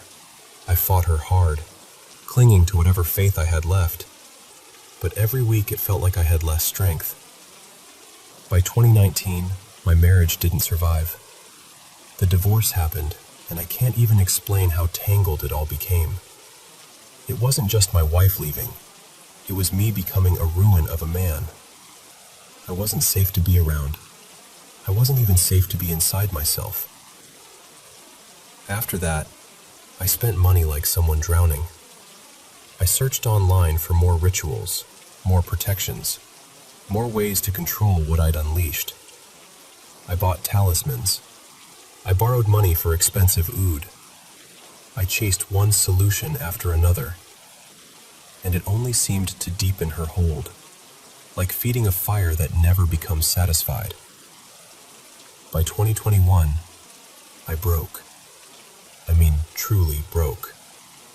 I had a mental collapse so severe I ended up without a place to stay for a short time, until a relative pulled me back from the edge. Doctors gave me antidepressants. They dulled me, yes, but they didn't remove her. The fear stayed sharp, awake behind the medication. And then her threats became the worst kind. She spoke about my family, my mother, my brother, even my son. "Disobey," she said, "and I'll destroy them." Imagine hearing that and still trying to live like a normal person. Imagine waking up every morning carrying that threat like a stone in your ribs. I tried to get help. I found 2 spiritual healers.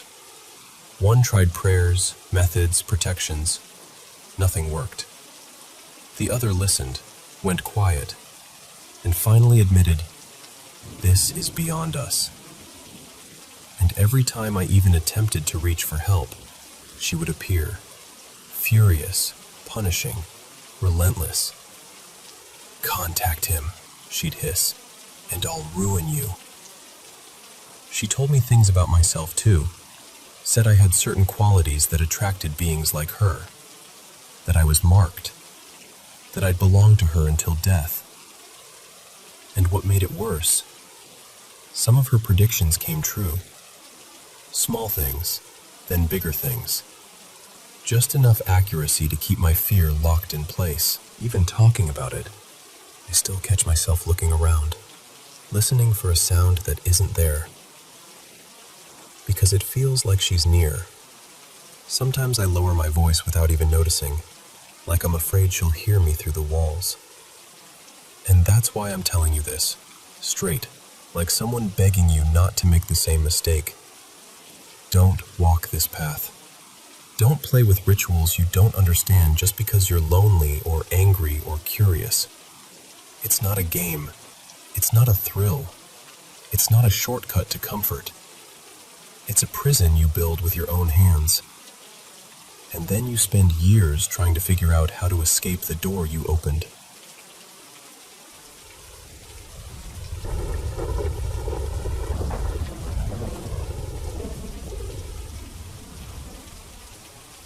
So, I lost my dad last year. It was alcoholism in the end. Years and years of it catching up with him. He was 70 when he passed, and I still can't quite get my mind to stop circling back to certain memories. There's one weekend in particular I keep replaying. I was around 19, maybe 20, back when I was in college.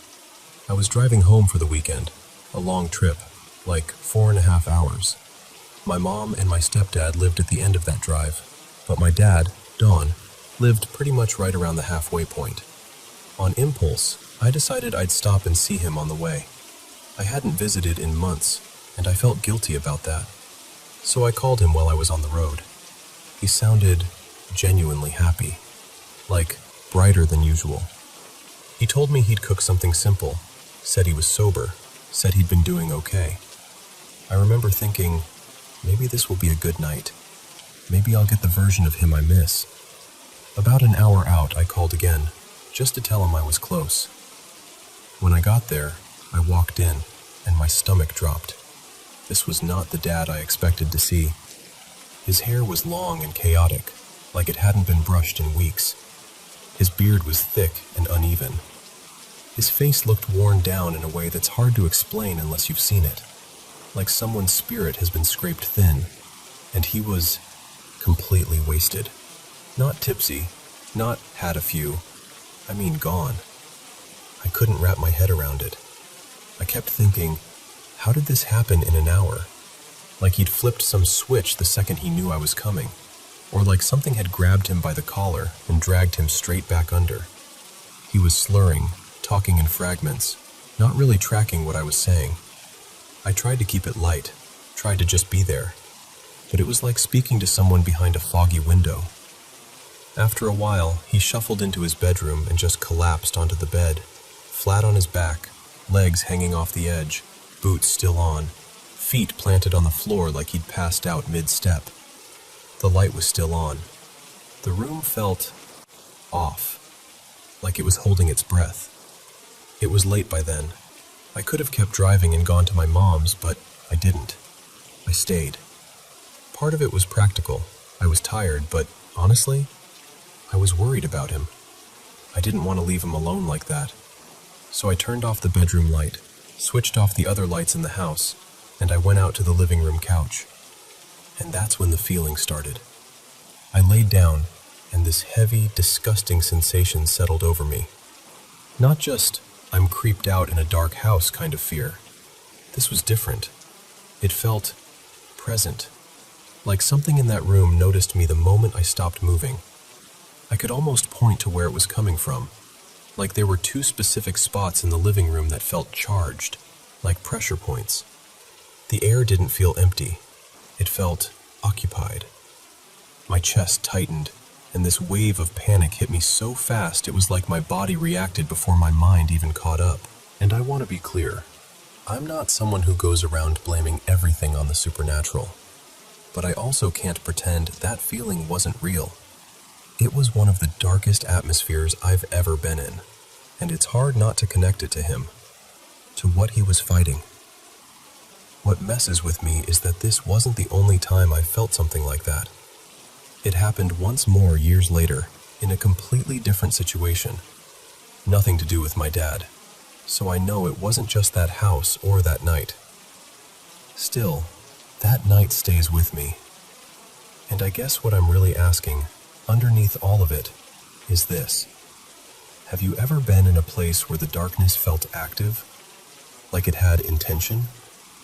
Or have you ever watched someone you love battle addiction and felt like it was more than chemistry or habit?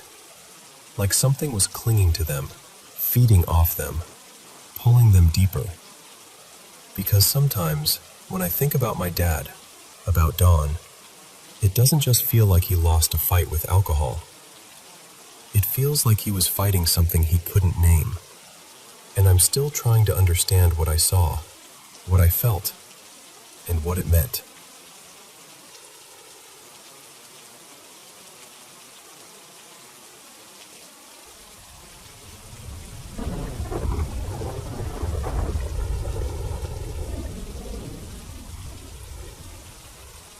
So, I have to start by saying this.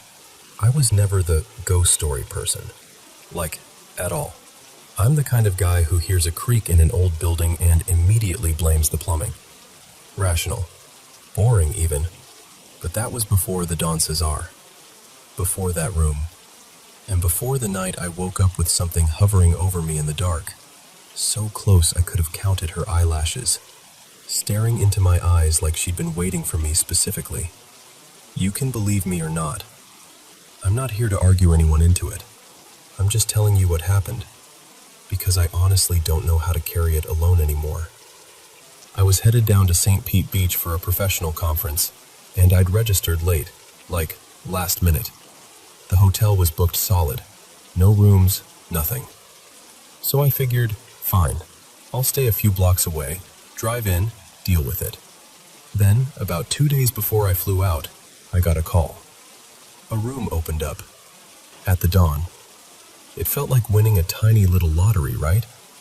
I remember smiling like an idiot while I confirmed it, because the Don Cesar is that place. The pink castle on the beach. You don't just casually get a room there when it's full. So I arrive, check in, do the normal small talk with the front desk, and they hand me my key. The slip says 803. I actually laughed and said something like, 803? That's fancy. The clerk didn't laugh back. Not exactly. More like a quick, polite smile that didn't reach the eyes. I didn't notice how weird that was until later, because the Don Cesar is, 7 stories?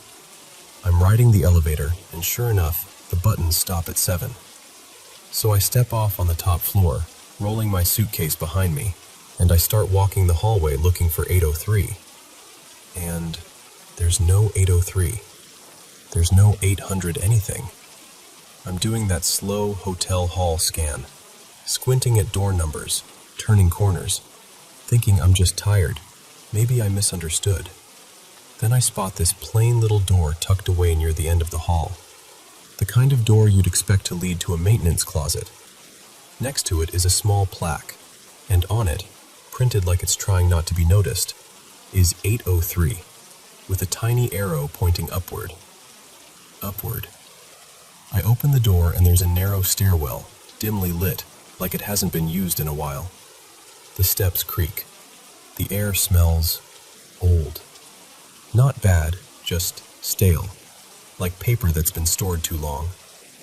I haul my suitcase up, step by step, and at the top there's another door. A real hotel door, with 803 on it. My key works. And when I walk inside, no exaggeration, I just stop. It's not a little room. It's a suite. A big one. High ceilings, beautiful furniture, almost like it's been staged for a magazine. And then I see the best part. A private rooftop patio, open to the Gulf, the sky fading into that orange and purple sunset. It's quiet up there, secluded, like the whole world is a floor below you.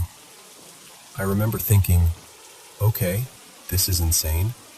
Lucky me. I had no idea what I'd just agreed to. That night, I did my usual routine. Shower, quick email check, set my alarm. Nothing felt wrong. No cold spots, no weird noises, no ominous anything. I fell asleep on my side like I always do. And then, sometime later, my eyes open. It's dark. The room is still. I'm on my back, arms straight at my sides, legs flat, like someone carefully positioned me. Not I'm sleepy, can't move. Not my arm fell asleep, can't move. I mean nothing responds. No fingers, no neck, no legs. It's like my body has been unplugged. I can breathe, but it's shallow, like my chest is afraid to expand too much. And in that awful moment, when you're trying to stay calm but panic is rising anyway, I notice the clock glow across the room. A little after 3 a.m. And then, because my eyes are the only thing I can control, I look up. She's there, hovering above me. Not standing by the bed, not leaning over, hovering. She's inches from my face, suspended like gravity doesn't apply to her. She's wearing a pale, flowing dress that moves like it's underwater. Her hair is dark and loose, drifting softly around her shoulders. Her skin is so light it almost reflects what little darkness there is. And her eyes lock onto mine and stay there.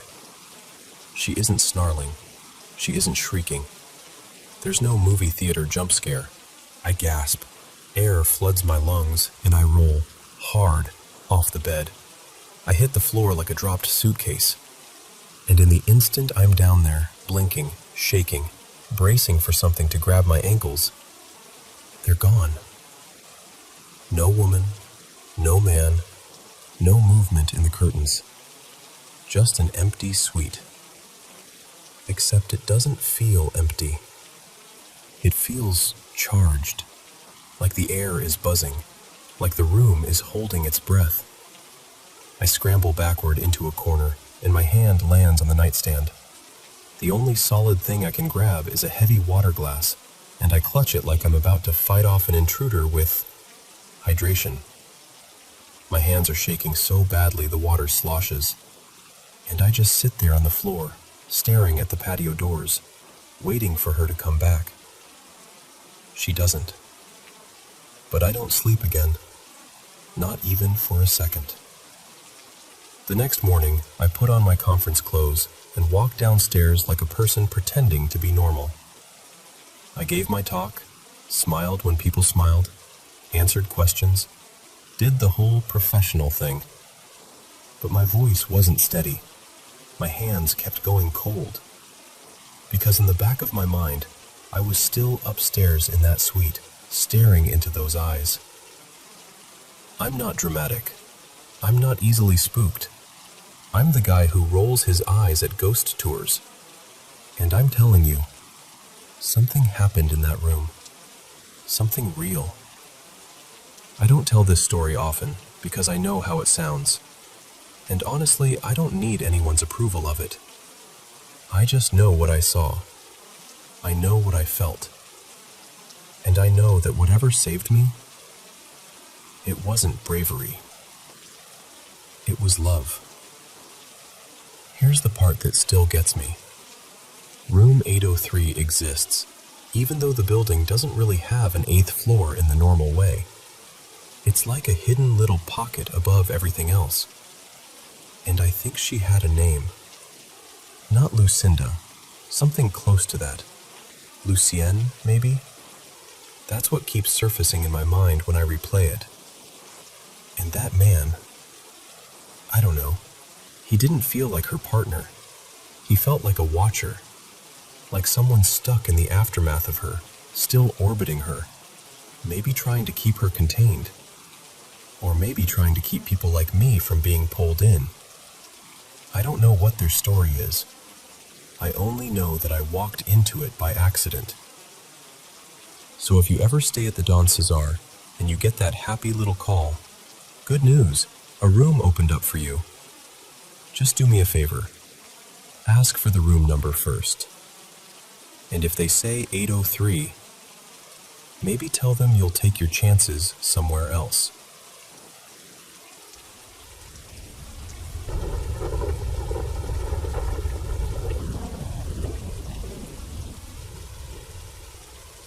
So, there's this place just outside Louisville, Kentucky. It's called Waverly Hills Sanatorium, and I'm telling you right now, locals don't really treat it like a tourist spot once the sun drops. They'll talk about it in the daytime, sure, but after dark, most of them won't even look up the hill. It started out in 1910, built as a hospital for people with tuberculosis. On paper, it sounds almost compassionate, like a place meant for healing. But the truth is, once the disease swept through and the beds filled up, it became less like a hospital and more like a waiting room for the end. And they did things there that still make my skin crawl to think about. There's this passageway they built, part tunnel, part chute, so they could move bodies out without dragging them past the living patients. People around town call it the death chute. Just picture that for a second. You're in a bed, lungs burning, staring through barred windows, and somewhere beneath you, the dead are being rolled away like it's just routine. Some rooms had bars on the windows, like the building didn't want anyone leaving, whether they were sick or not. And a lot of them never did. That's the part people say didn't end when the hospital closed. Because the stories, they don't sound like the usual old building creaks kind of stories. People who've gone in, people who swear they're not the jumpy type, talk about hearing coughing in hallways that are completely empty, like it's right behind you, but when you turn around, nothing. And sometimes it's not just sounds. A guy I met, his name was Marvin, and he was the kind of person who laughs at horror movies. He told me he felt a hand land on his shoulder in one of the upper corridors. Not a brush, not a draft, a hand. He spun around ready to snap at whoever did it, and he was alone, completely alone. Then there's this nurse people talk about. Not a nurse, like a vague shadow. They describe her like they've actually seen her. An old uniform, a calm glide down the hallway, the whole thing. They call her the woman in blue. And the messed up part is, people say if you try to follow her, she'll reach the end of the hall and just pass straight through the wall like it's mist. No footsteps, no door, just gone. And if that's not enough, there's a little girl too, supposedly on the second floor. White dress, small, quick footsteps, the sound of giggling echoing around corners. Which almost sounds harmless, right? Like a sad little leftover moment. But the way people describe it isn't harmless. They say she'll run, laugh, and then suddenly stop, like she knows you're there. And when she turns and looks at you, it isn't cute. It's the kind of stillness that makes your instincts scream, leave, now. And then there's room 502. Even people who love the paranormal stuff get weirdly quiet when that room comes up. They say the bed is still there, like no one ever finished whatever story ended in that space. And the lights flicker like somebody's playing with you. On, off, on, off. Not like faulty wiring, like a message. Step outside and you'd think you'd feel better, like fresh air would shake it off. But the gardens don't really let you breathe easy either. There are broken statues out there, and when the wind moves through them, some visitors swear they've heard their own names whispered. Not shouted, not imagined. Whispered, right at ear level, like the air leaned in close. Tour groups talk about mist too. This low, slow fog that creeps up the stairs like it's searching, like it's curious. It'll curl around people's ankles, drift between them, and then vanish the second someone tries to get a clear photo. But cameras catch other things. Doors that swing open when nobody touches them. Shadows that move in places that should be still. And sure, some people shrug and say, drafts, old hinges, bad angles. It's always the people who've never been inside who say that. Ghost hunters love Waverly. They come in with their recorders and meters and all their gadgets, and they leave with audio they can't explain. Soft groans, footsteps, that weird dragging sound like someone pulling something heavy across a floor. And out back, there's this old caretaker's cottage. Empty now. Totally shut up. Except people swear that around dusk, a lamp inside will flicker on. Just one steady glow behind the glass, like someone's waiting for company that never arrives. Every Halloween, they do tours, haunted ones, and they sell out fast. People go in laughing and trying to act tough, and they come out changed. Some are shaking, some are pale. Some won't talk about what happened at all, even when their friends beg them to. And honestly, that's the part that gets me most. Because a creepy place can scare you in the moment. A creak, a cold spot, a weird noise, fine. But Waverly? People describe it like it sticks to you. Like the building watches you back. Like you don't leave it behind when you walk out. So if you ever find yourself near Louisville and you're feeling brave, or reckless, you can go up that hill and step inside. Just don't tell yourself you're only bringing home photos. Because once you've walked those halls, it gets a whole lot harder to believe you're ever truly alone again.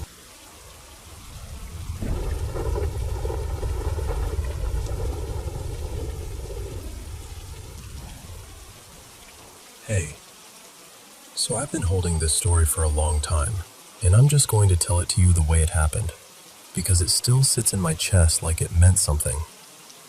I was 18, pregnant, and riding a train up through Northern California, heading toward Colfax.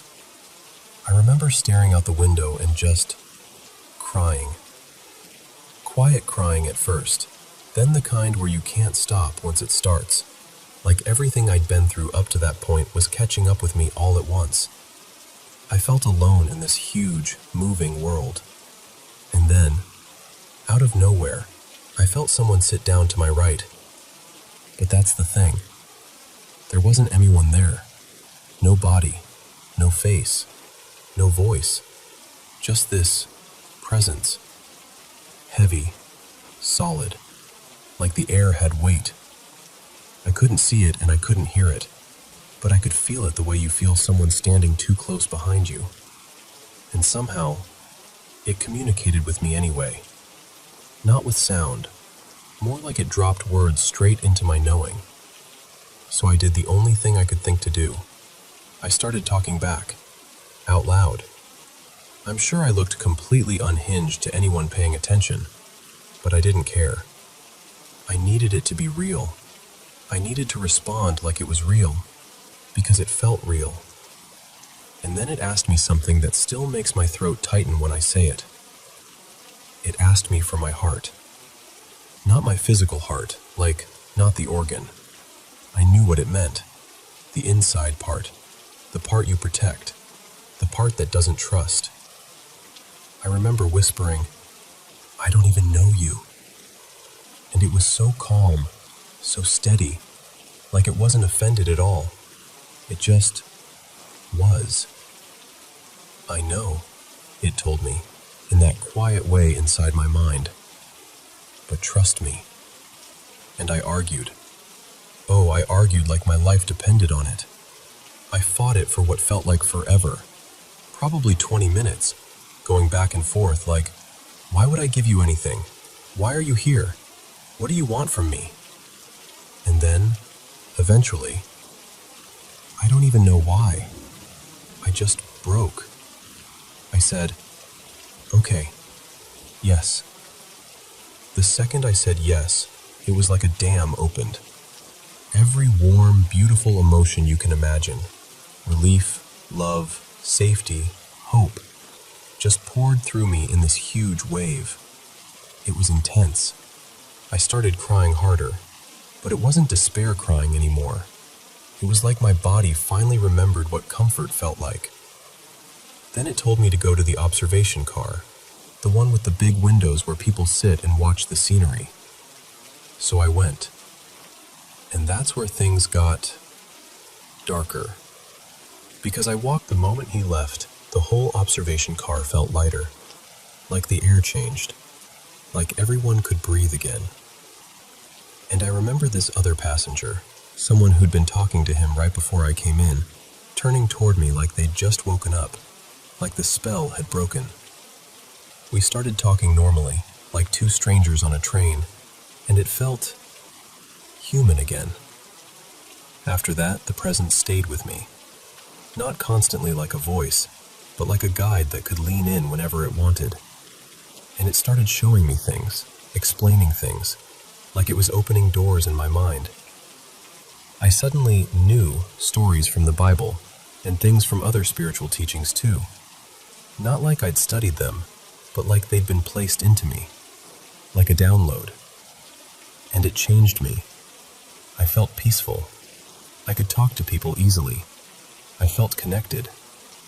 I started going to church for a while, and it was like I could sense what people were carrying. Pain, fear, joy, without them saying a word.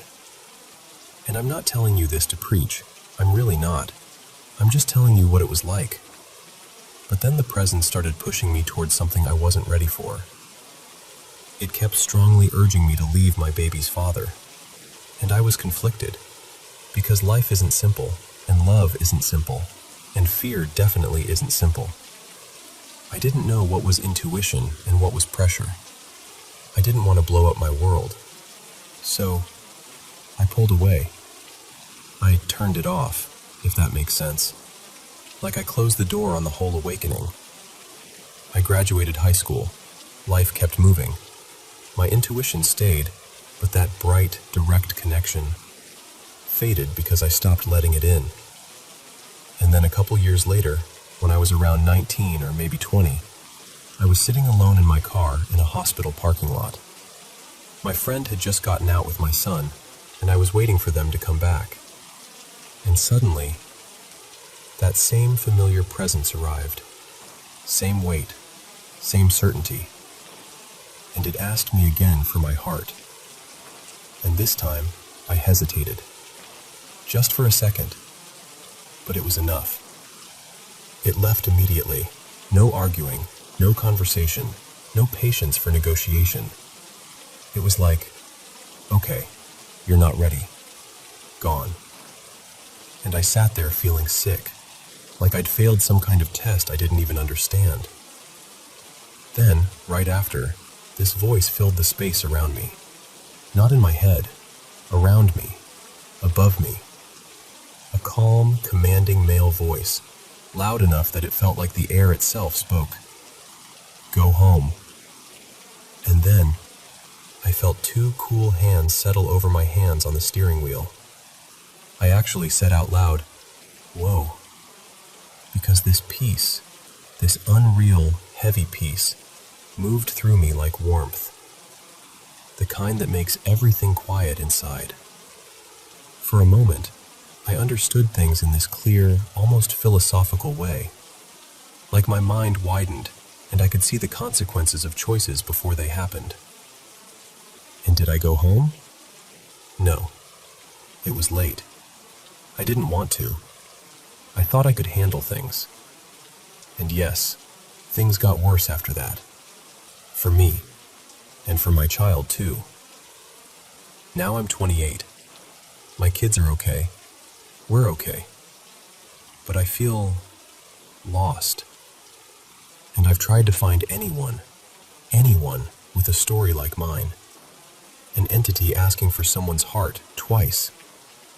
The way it asked. The way it left when I hesitated. The way peace came like a wave. And I can't find it. So I'm telling you because I need to ask it plainly. Am I alone?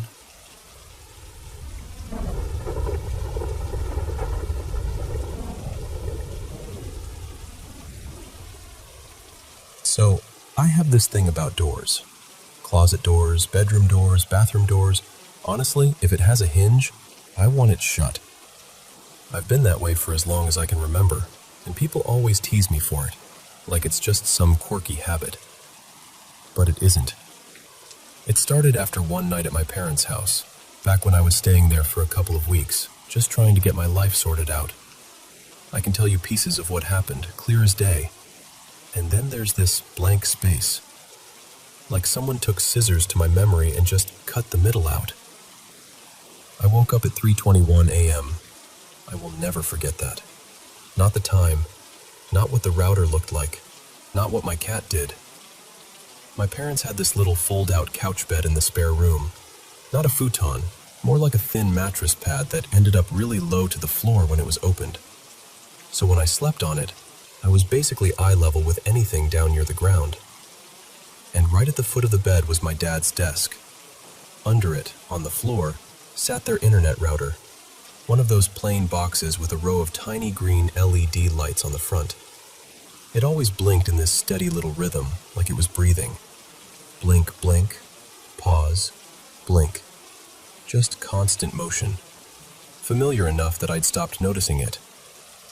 There was also a window behind my head. I'm only mentioning it because, well, later it felt like it mattered. And my cat, my sweet, clingy little shadow, was with me. She'd come with me to my parents' house and slept in the room with me every night. That night, she was curled up near my legs like usual. So I wake up kind of suddenly, and my eyes drift left to the clock. 3:21 a.m. Then I blink a few times, trying to figure out why I woke up at all. A few seconds later, my cat lifts her head. Not slow and sleepy, sharp, like she heard something. She stands up and steps quietly toward the foot of the bed. I remember watching her because it felt strange, like the air had changed, like something had shifted, but nothing obvious was happening. And then, the router lights stopped. Not they flickered or the internet cut out. I mean, they froze, mid-blink, like somebody hit pause on them, like time itself just snagged. My stomach dropped, because that router always blinked. Always. It was the most predictable thing in the room. My cat froze too. She arched her back in this perfect, rigid curve and stared, not at the desk, not at the floor, up and toward the back of the room, toward the space behind my head, toward that window. And I remember thinking, in this weird, disconnected way, what is she looking at? There's nothing there. But at the same time, I could feel this heavy, crawling sensation starting at my shoulders, like my body knew something my eyes hadn't caught up to yet. My cat held that arched pose for a beat, completely motionless, like she was trying to decide whether to fight or run. And then she bolted. She didn't scamper. She didn't jump off the bed and wander away. She launched across the room like she was escaping something, nails skittering on the floor, and disappeared out of sight. And that, right there, that's where everything just drops out. Like someone yanked the tape out of a recorder. There's nothing. No sound, no movement, no sense of time passing. Just a hard, clean gap. The next thing I remember is waking up sometime after 5 a.m., and I'm in full sleep paralysis. My eyes are open. I can see the room. I can see the dim shape of furniture. But I can't move a single muscle. Not my arms, not my legs, not even my fingers. I try to scream. Nothing comes out.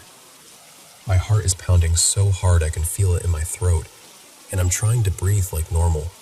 But even that feels shallow and wrong. And my brain is panicking, going, move, move, move. And then, this is so random, but it's true. My mind flashes to that scene in Kill Bill, where she tells herself to wiggle her big toe. So I focus on that. Just that one tiny movement. Wiggle your toe. Wiggle your toe. Come on. It takes forever. Maybe minutes, maybe longer, I don't even know. But finally something breaks loose. I can move again. I sit up, shaking, and I still can't make a sound. My mouth feels sealed, like it's forgotten how to open. I don't remember standing up. I don't remember how I crossed the hallway. I just remember reaching my parents' bedroom door and pounding on it with everything I had. My mom opened the door, half asleep, and the second I saw her, I completely fell apart. I buried my face into her shoulder, and I'm shaking so hard my knees feel weak. I'm sobbing, like ugly, breathless sobbing, but my mouth stays shut. It's like I'm crying through clenched teeth. Tears just pouring down my face, my whole body trying to scream, but no sound coming out. I can feel my mom's arms around me, and I can hear her voice, but it's muffled, like I'm underwater. My dad gets up, confused and worried, and they keep asking me what happened, and I can't answer. I can only show them that something is wrong. Eventually, they guide me back to bed and tell me, gently, logically, that it was probably a night terror, that sleep paralysis can happen, especially if you're stressed, that my brain basically glitched between dreaming and waking, and maybe that's all it was. But I know what I saw. I know those lights stopped in a way that didn't make sense. I know my cat saw something, because cats don't arch up like that for no reason. They don't run like that unless they're scared of something real, something they think is right there. And I know there's a chunk of time, at least an hour, maybe more, that is completely deleted from my memory. We never talked about it again in my family. It became one of those unspoken things, like if we ignored it hard enough, it wouldn't be real. But the aftermath followed me. Because now, when I walk through my house at night and a door is open, even just cracked, I get this sick, eerie feeling in my chest. Like something might be waiting just out of sight, ready to round the corner the second I look away. So I close the door. Every time. I close it like it's instinct, like it's protection. And sometimes I wonder if I did see something that night, something my mind refused to keep, something so frightening it just erased itself. I don't know. I only know that ever since then, an open door at night doesn't feel neutral to me. It feels like an invitation.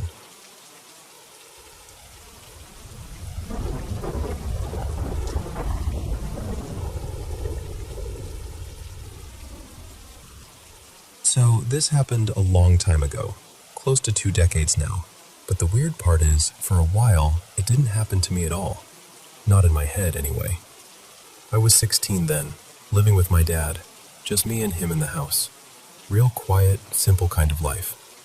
And then 3 years later, I'm 19, and we're out in this little freestanding garage behind the house, leaning against whatever was closest, smoking cigarettes, doing that whole late night, let's talk about everything and nothing routine.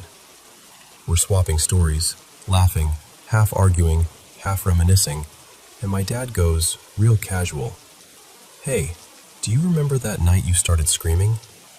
And I'm like, "What are you talking about?" He gives me this look like I just told him I don't remember my own name. He goes, "I'm sitting in the living room around 10, watching TV, and out of nowhere I hear screaming, like not bad dreams screaming, like top of the lungs, somebody's dying screaming." I kind of laugh at first because I think he's messing with me. Then he keeps going. He says, "I jumped up and sprinted down the hall to your room." And I interrupt him like, "Wait, I was screaming?" He's like, "Yeah, how do you not remember this?" And I swear to you, I had nothing, zero, blank. Like he was describing some other kid, some other house, some other universe. So I ask, "Was this when I was little?" And he goes, "No, son, this was about 3 years ago." And right there, right in that moment, I get this cold feeling in my stomach because I'm realizing he's serious, and I'm realizing I'm missing a whole event that apparently shook him up.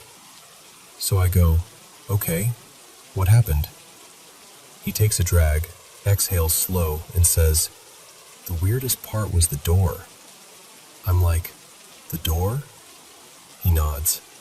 I grabbed the knob and I couldn't turn it, not even a little, like somebody on the other side was holding it, like it was being twisted back against me. I'm yanking it, trying again and again, and for like 10, maybe 15 seconds, it wouldn't move.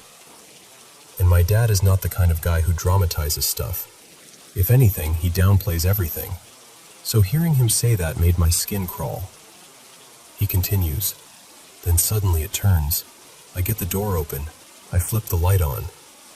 And he pauses, like he can still see it. He says, "You were standing on your bed, shoved into the corner of the room, screaming like you were looking at hell itself. Your face, man, your face was pure terror." He tells me he called my name, stepped closer, and after a few seconds I sort of snapped out of it. Like I came back online and recognized him. Then I asked the question I didn't even want the answer to. What did I say was happening? And he goes, "You said there were things in the room with you." And the second he says things, it's like someone reached into the back of my head, grabbed a file I didn't know existed, and ripped it open in front of my eyes. I swear, my eyes watered instantly.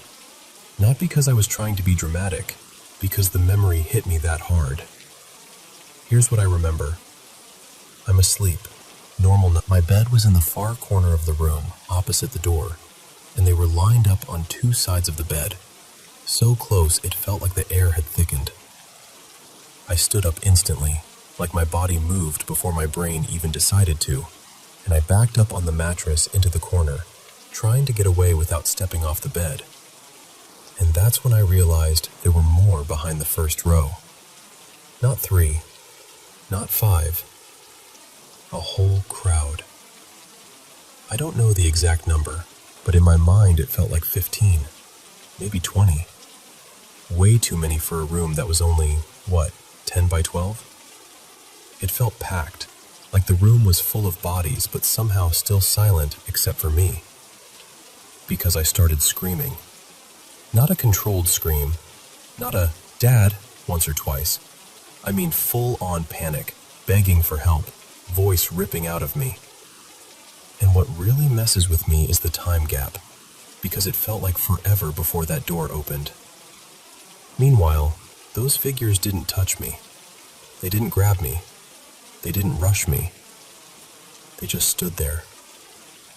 And the vibe, God, the vibe was awful. Like being watched by something that doesn't care about you the way humans do. Like cold attention, heavy, wrong. Then the door finally swings open, the light comes on, and it's my dad. Real, solid, human. In the moment my eyes land on him, the whole thing collapses. Like a dream evaporating. Like someone turned off a projector. And suddenly, it's just my room again.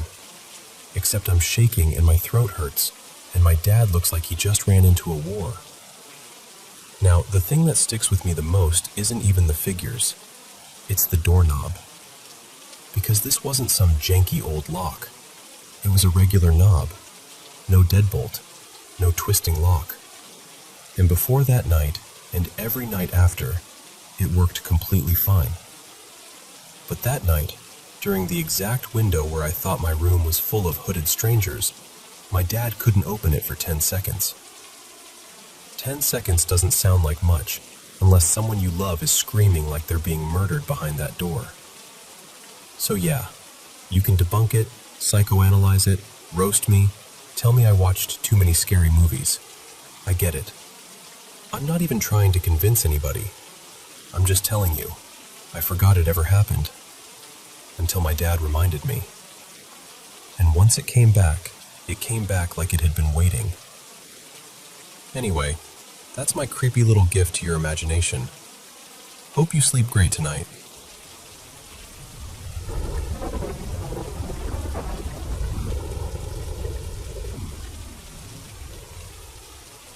Okay, so this happened years ago. Honestly, it's been more than a decade now. But it still sits in my brain like it happened yesterday, and I've always wondered what the heck it was. I was 13, and I was practicing a dance routine for a competition. I was one of the younger girls on the team, and and I was terrified I was going to mess something up and ruin it for everyone. So I basically made my mom sit down and watch me rehearse, like, nope, you're not getting up until you tell me this looks right. We were in our living room, and from where I was practicing, you could see straight into the backyard through these two big windows. It was daytime. Normal, boring, nothing creepy about this kind of day. So I'm doing the routine, and there's this part where I dip down low, like a quick crouch. And when I popped back up, there she was, right outside the window. A woman, or something that looked like a woman.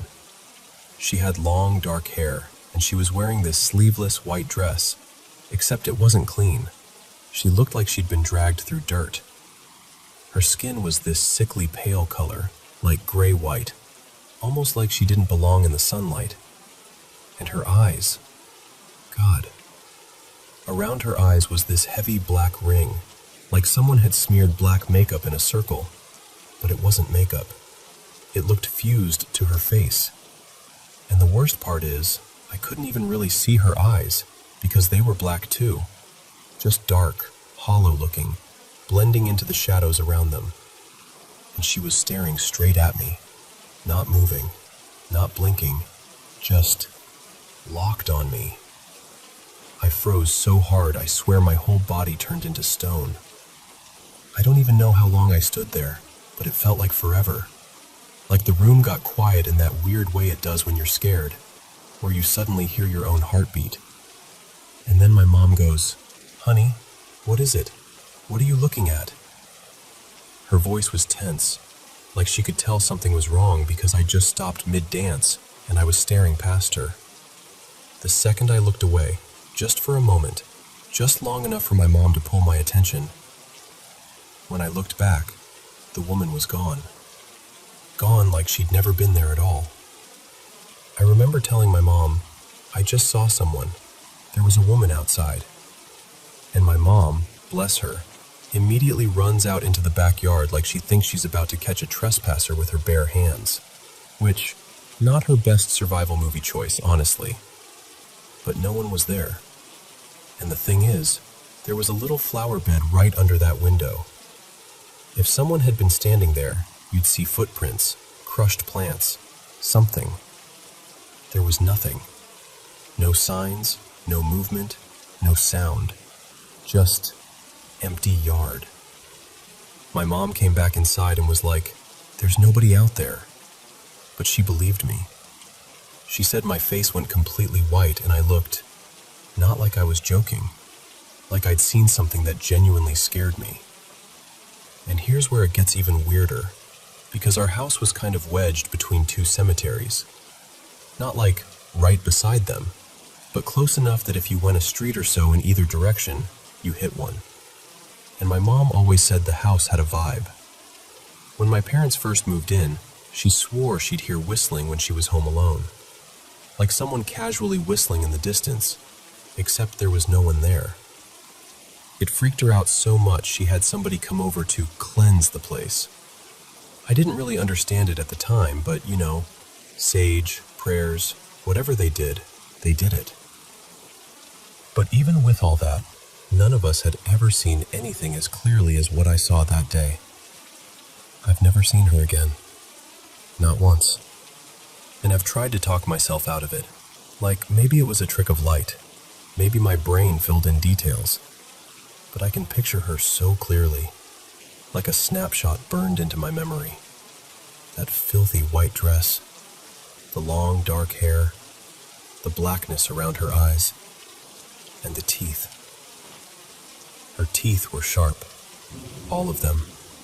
Not like one weird tooth. Like every tooth was pointed. And I remember feeling this cold fear crawl up my spine, but at the same time I couldn't look away. Like my body didn't know how to move. Like I was stuck. The closest comparison I can make is those horror movie ghosts, like The Ring or The Grudge, but not exactly. Similar vibe, sure, but she didn't look like an exact copy of anything. Just close enough to make my stomach drop when I try to describe her. And I know how this sounds. I do.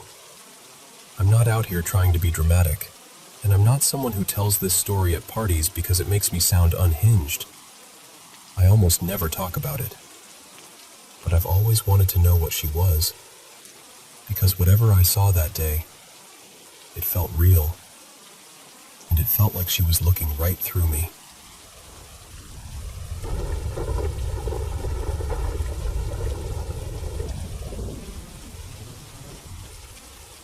So, my dad and I have always been those people, the ones who can't resist anything ghosty, alien, paranormal.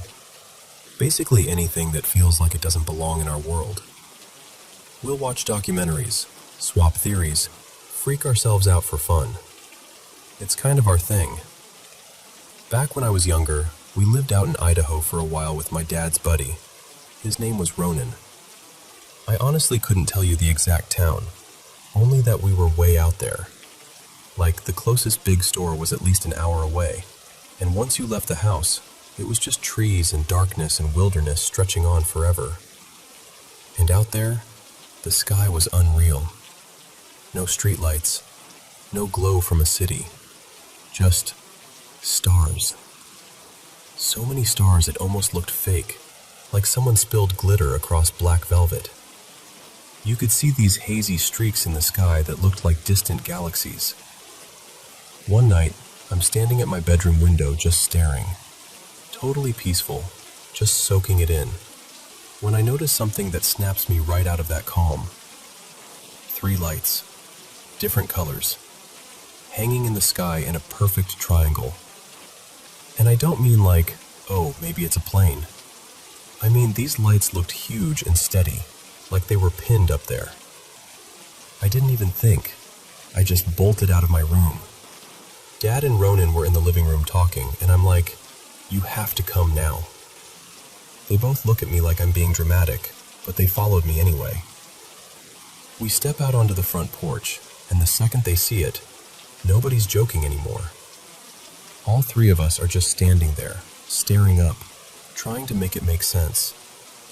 No blinking, no movement like normal aircraft, just this silent triangle of colored lights hanging over the tree line like it was watching us right back. We stood there a couple minutes, whispering guesses. Satellites, drones, some weird reflection, anything that would make it feel normal. And then, right when we're about to go back inside, we hear it.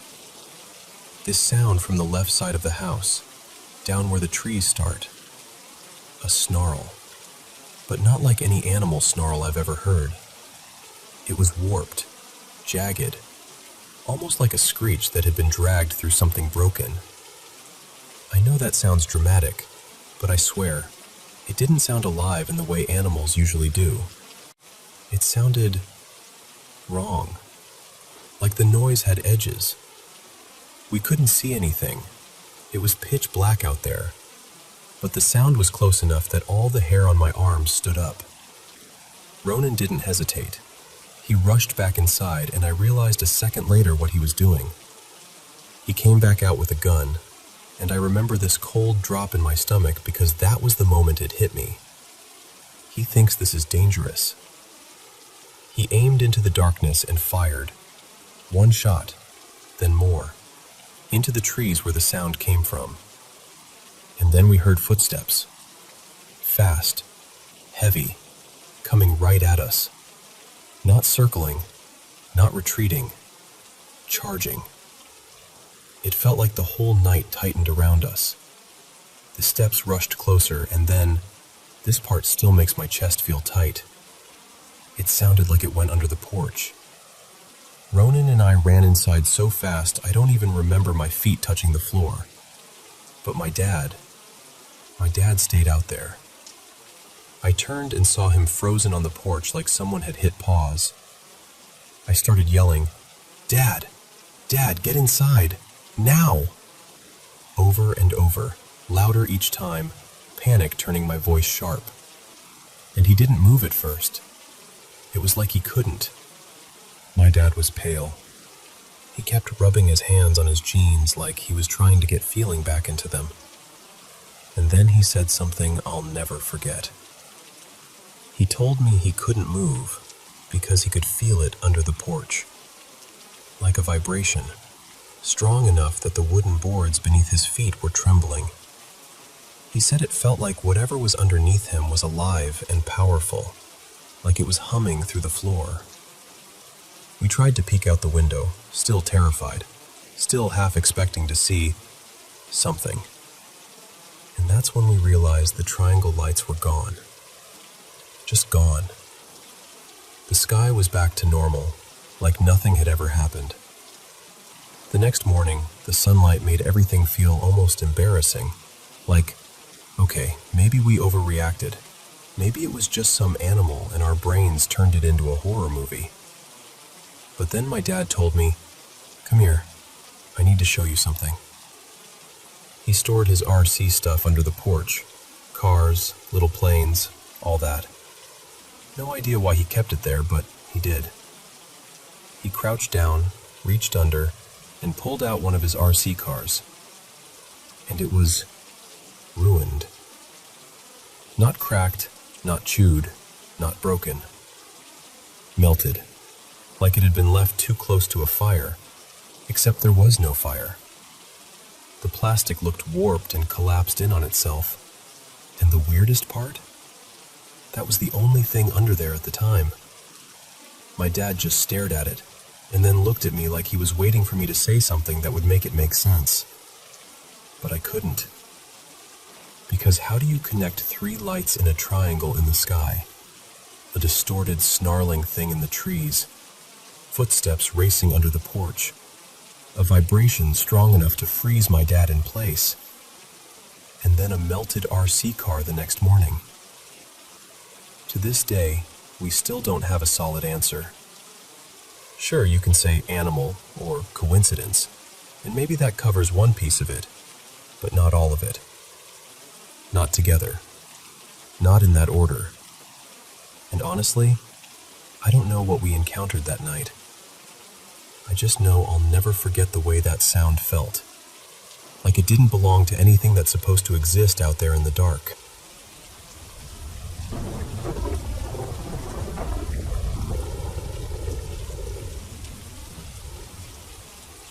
So, I don't tell this story to freak you out. I tell it because it still feels so real, even all these years later. Back in July of 2013, my boyfriend at the time and I moved into this little house in a quiet hamlet in upstate New York. It was one of those places where the roads get narrow, the nights are really dark, and it's so peaceful you can hear the trees moving. We got there before our furniture did, so the first few nights were kind of like camping indoors. We had air mattresses on the floor, a pack-and-play for our 1-year-old, and a baby monitor. Just sound, nothing fancy. That first night, I woke up and heard something coming through the monitor. It sounded like a little girl, like soft talking and playful giggling, the way a kid sounds when they're playing with dolls or whispering to themselves. At first I thought, okay, my 4-year-old must have gotten up and she's talking to her baby brother. So I got up and went to their room. Both kids were completely asleep. Dead asleep. Not even stirring. But the little girl's voice was still coming through the monitor. I stood there for a second, just frozen, listening. Then I went back and shook my boyfriend awake like, "Listen, please tell me you hear that." He did, and we tried to be logical. Maybe we were picking up someone else's baby monitor, right? We were new to the neighborhood. That kind of thing happens. Except, the voice came back a few nights later, and then again after that. And once we started meeting people around the area, we realized something uncomfortable. There weren't any nearby neighbors with little kids, not close enough for us to be hearing them on our monitor. And then something happened that shook me way more than the voice ever did. A few days after that, my boyfriend ran out to the store. I was home with the kids. I remember standing in the living room when I heard the garage door open and close, like he'd come back. So I walked over to the top of the stairs, smiling, about to say hi. And instead, I saw a man. a full-on man I had never seen before, coming up the stairs toward me. Not like a shadow, like an actual person. And the second my brain registered what I was looking at, he was just gone. Like he stepped out of existence. My heart didn't just race.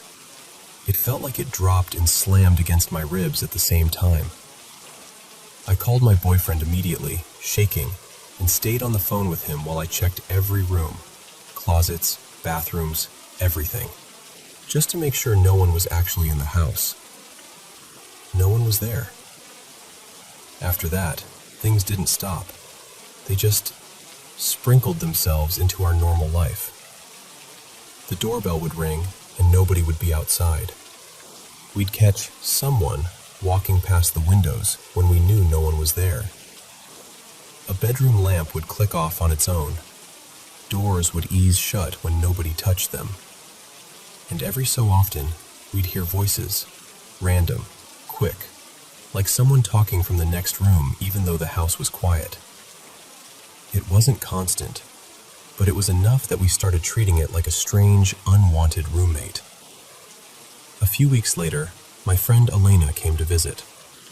I finally told her everything. The little girl's voice, the man on the stairs, the doorbell, all of it. She's the kind of friend who doesn't laugh at you, but also doesn't automatically believe you. She just goes, "Okay, let's see." And then we got responses. Not long, not like a full conversation, but clear enough to make our stomachs drop. One thing we caught more than once was a name. Not George exactly, more like Georgie. Shorter, familiar, like someone being casual. And what's weird is, that name kept showing up again later too. Enough that over time, whenever something strange happened, we'd just look around and go, half joking and half serious, "Oh, hey Georgie," like we were trying to make peace with it. Fast forward to June 2017. By then, that boyfriend was my husband, life was busier, kids were bigger, and the house had basically become home, even with all its weird little moments. One afternoon, my husband took one of the kids to an appointment. I stayed back with our 1-year-old, waiting for the others to get off the bus. And somehow, still don't understand how, when I closed the front door with my baby on my hip, the deadbolt was locked. A deadbolt. Not the handle lock. The deadbolt. There's no way to accidentally deadbolt it from the outside. And my phone was inside, of course, because why would life ever be convenient? So once the kids got off the bus, we walked to our elderly neighbor's house to use their phone. They were sweet, offered the kids ice cream, sat us down like it was the most normal thing in the world, and we just waited. When my husband finally came back with the key, he joined us outside, and we all ended up chatting for a bit longer. And then, completely out of nowhere, our neighbor goes, real casual, like it's small talk. "You know, back in the 70s, a man a few houses down fell while working on his roof, and he died." I remember my whole body going cold because the thought hit me instantly. That's him. That's Georgie. But I didn't say anything. I didn't want to sound crazy, so I just nodded and filed it away. Later that night, once we were back inside, I couldn't let it go. I looked up the property history and old owners in the area, and sure enough, there was a George connected to that stretch of houses. So I typed the name into Google just to see what would come up. And I found it. An article, a real one, about a man who died after falling from scaffolding while doing roof repairs. And when I saw the photo, I swear my hands started tingling, because it was the man I saw on the stairs.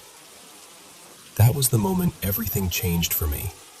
Not because it made me feel safe exactly, but because it made me feel validated. Like I wasn't imagining things.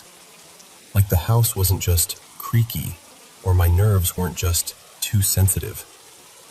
Even now, I still don't have answers for everything, I don't know why he's still around. I don't know who the little girl is, or why we heard her through the monitor first. And I don't know why some days are quiet and other days feel crowded.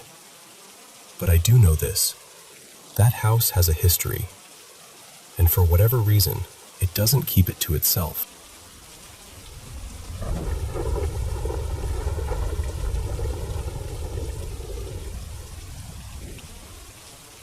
I want to tell you about the house we just bought, because on paper, it was perfect. The kind of place you walk through once and immediately start picturing your life in it. The sunlight in the kitchen, the little corners that felt cozy, the "I can't believe this is ours" feeling. But the first couple nights, I don't know how else to say it, something felt wrong. Not new house creaks wrong, not we're not used to the neighborhood wrong. More like my body was reacting before my brain could explain anything. I'd be lying in bed next to my partner, Eli, and everything in me would just tense up, like the air was heavier than it should have been. By Monday afternoon, I was a mess.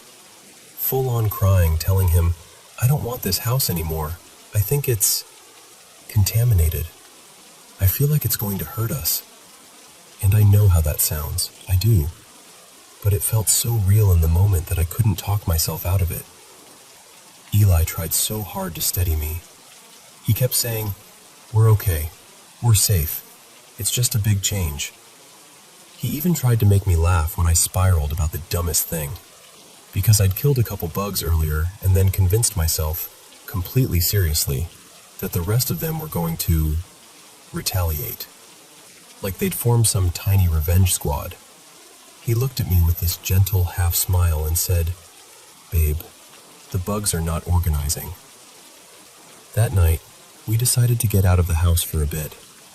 My sister Jess offered to let us come over, do laundry, because we didn't have a washer yet, and just breathe somewhere that felt normal. We got there, ate something, the couch swallowed us up, and we accidentally fell asleep. And then the next morning happened. We drove back to the house, still kind of groggy, carrying our laundry baskets, trying to act like this was just a regular Tuesday. We unlocked the door, stepped inside, and immediately saw our cat, Miso. He was only 3. He'd been healthy, playful, loud about breakfast, the kind of cat who would follow you around like a shadow and flop dramatically at your feet. And there he was on the floor, completely still, like someone had snapped the story in half.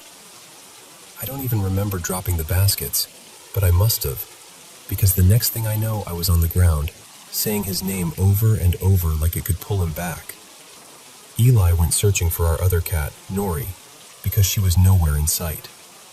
He found her hiding, wide-eyed, trembling, but alive. We got her out of the house as fast as we could, and I need you to understand what that did to me. The first real memory we made in our new home was finding our beloved cat dead on the floor. After that, everything felt darker. Like whatever off feeling I'd had before wasn't just nerves anymore. It was grief, yes, pure grief. But it also felt like the house absorbed it and turned it into something sharper. We tried to fight it. Yesterday we threw a little cookout, more like an unofficial housewarming, even though it didn't feel like warming anything. We invited family and a few close friends. People showed up with food, with cleaning supplies, with boxes they were willing to carry. They helped us unpack and laugh and move furniture and tell little stories in the rooms, like we were trying to fill the house with anything human and kind. And while everyone was there, it worked. It really did. For a few hours I could breathe. I could almost believe we were going to be okay. But after the last car pulled away and the house went quiet again, that heavy feeling crept back in like it had been waiting behind the door. So we didn't stay. We took Nori, packed a bag, and went back to my sister Jess's place. And I hate admitting this, but I'll be honest with you. I feel completely convinced that if we move back in and try to live there, we're going to die. I know that sounds extreme, I know, but that's where my mind goes, and it grabs on like it refuses to let go. We're still waiting on the necropsy results for Miso. They called with the initial exam and said they didn't see anything obvious. No signs he got into cleaning products or poison, nothing like that. They mentioned a couple minor heart abnormalities, but not something that should have taken him so suddenly.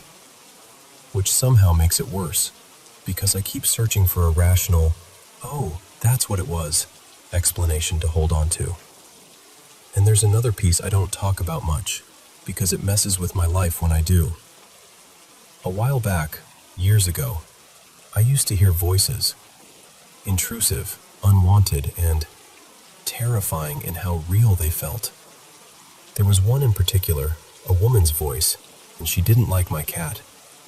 She didn't like him at all. I haven't heard her in a long time, and I don't want to dig into that again, because the last time I did, people treated me like I was a monster or a joke, and it wrecked things for me. But now, standing in that house, after what happened to Miso, I can't stop wondering, what if that's connected? Not in a movie way, not in a ghost story way. More like, what if the place is pressing on the weakest parts of me? What if grief and stress are turning the volume up on everything I've worked so hard to keep quiet? I don't know what I believe right now. I just know I'm scared. And I'm trying to figure out whether this is something outside of me, or something inside of me reacting to a heartbreak that happened in the worst possible place. All I want is to feel safe again. And right now, that house doesn't feel like home. It feels like a warning I can't decode.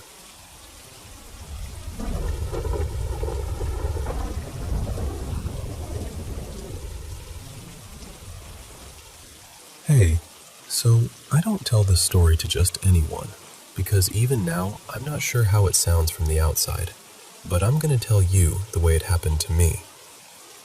It started when I was about 5 weeks postpartum with my first baby. You know that newborn life. Half asleep, sitting up in the dark, trying not to fully wake up while you make a bottle.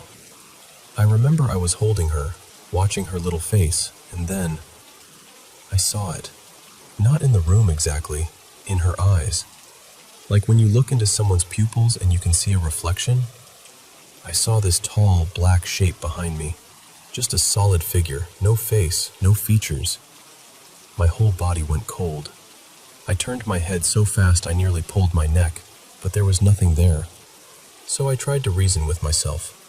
I looked again, back into her eyes, and there it was again, behind me, watching.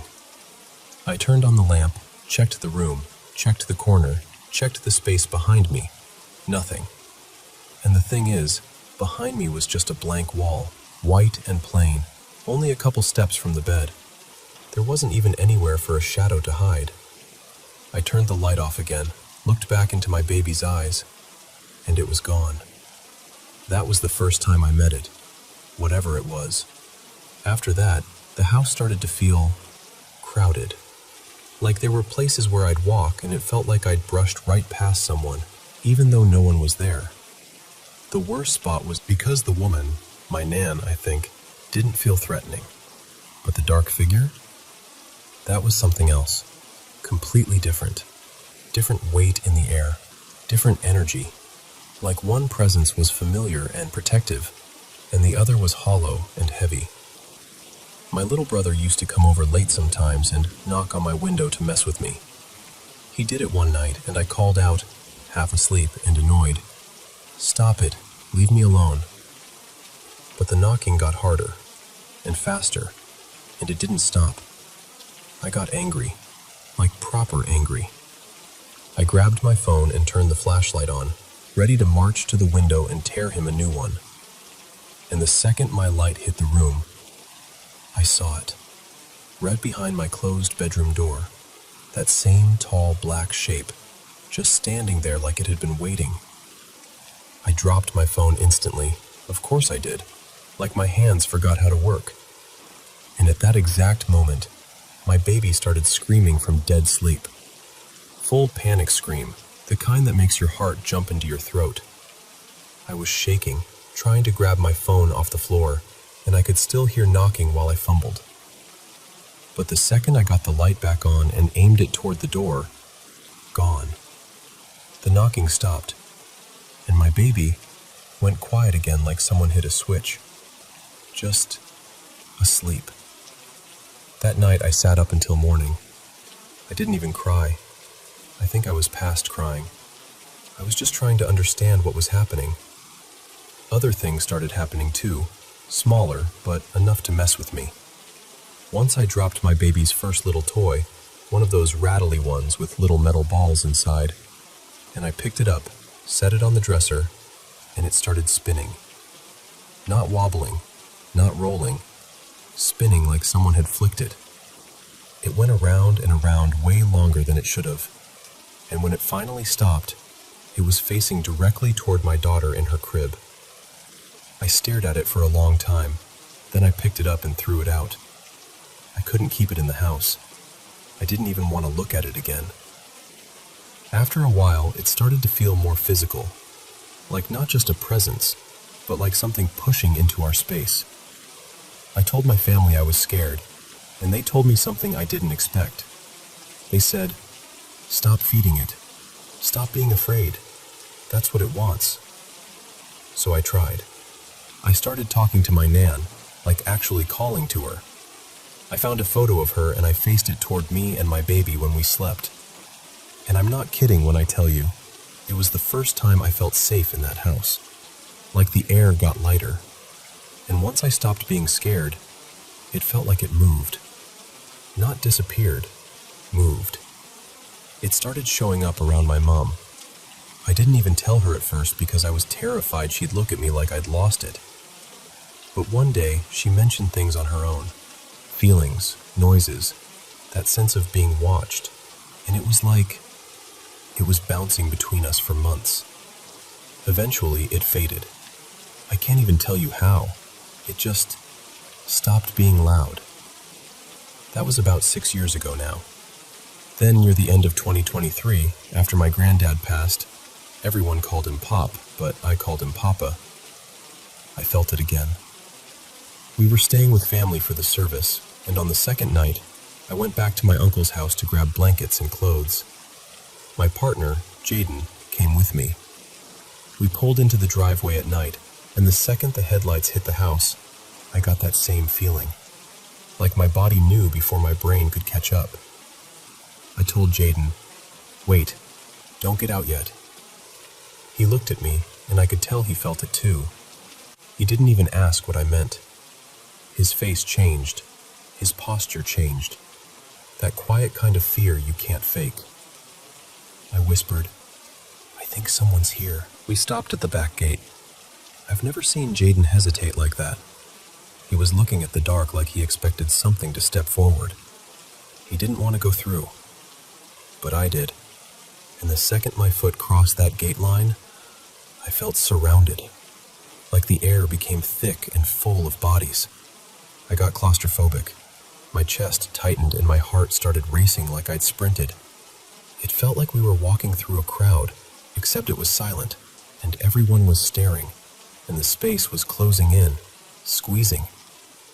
I rushed to the back door, hands shaking, and as I unlocked it, I called out loud, "Papa, Papa, please."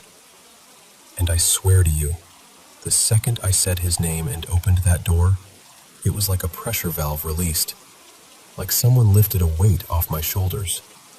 The house felt peaceful, still, normal. We grabbed what we came for. We even went into the spare room, the room I used to avoid, and it felt okay. Like whatever was inside didn't want to come through the door with us. But when we went back outside to lock up, I felt it again. That same dark energy from years ago. Like it was crouched near the hedge by the gate, waiting, watching. We didn't run, but we walked fast and we didn't look back. I felt this huge relief getting back into the car, like escaping a place you didn't realize was suffocating you until you finally breathe again. We drove off, and I felt it at the front of the house, like it was standing there watching us leave. We didn't speak for a few minutes, My mind was trying to make it make sense, like nothing happened, but also everything happened. Then Jaden finally said, "Did you feel that?" And I swear I nearly cried from relief. Not because it was good news, because it meant it wasn't just me, but because I finally knew I wasn't imagining it. He described the same exact things I felt. The movement, the pressure, the way the air changed. And later, while we were driving, I felt this chill like something was right behind us in the back seat. Before I could even say it, Jaden tilted the rearview mirror upward and said, "I don't want to see. It feels like something's right behind my neck." We never went back to that house after that. And the strangest part is, I don't feel scared the way I used to. I still feel it sometimes, every now and then, like a shadow in the corner of my life. But it doesn't own me anymore. When it happens, I call to Papa. I call to my Nan. And the air feels lighter again. I don't know what it is. I don't know if it's grief or something spiritual or something I can't explain with words. But I know I'm not the only one, because other family members have heard the same footsteps, the same noises, in the same parts of the house. So, that's my story. And honestly, I'm still trying to decide what I believe.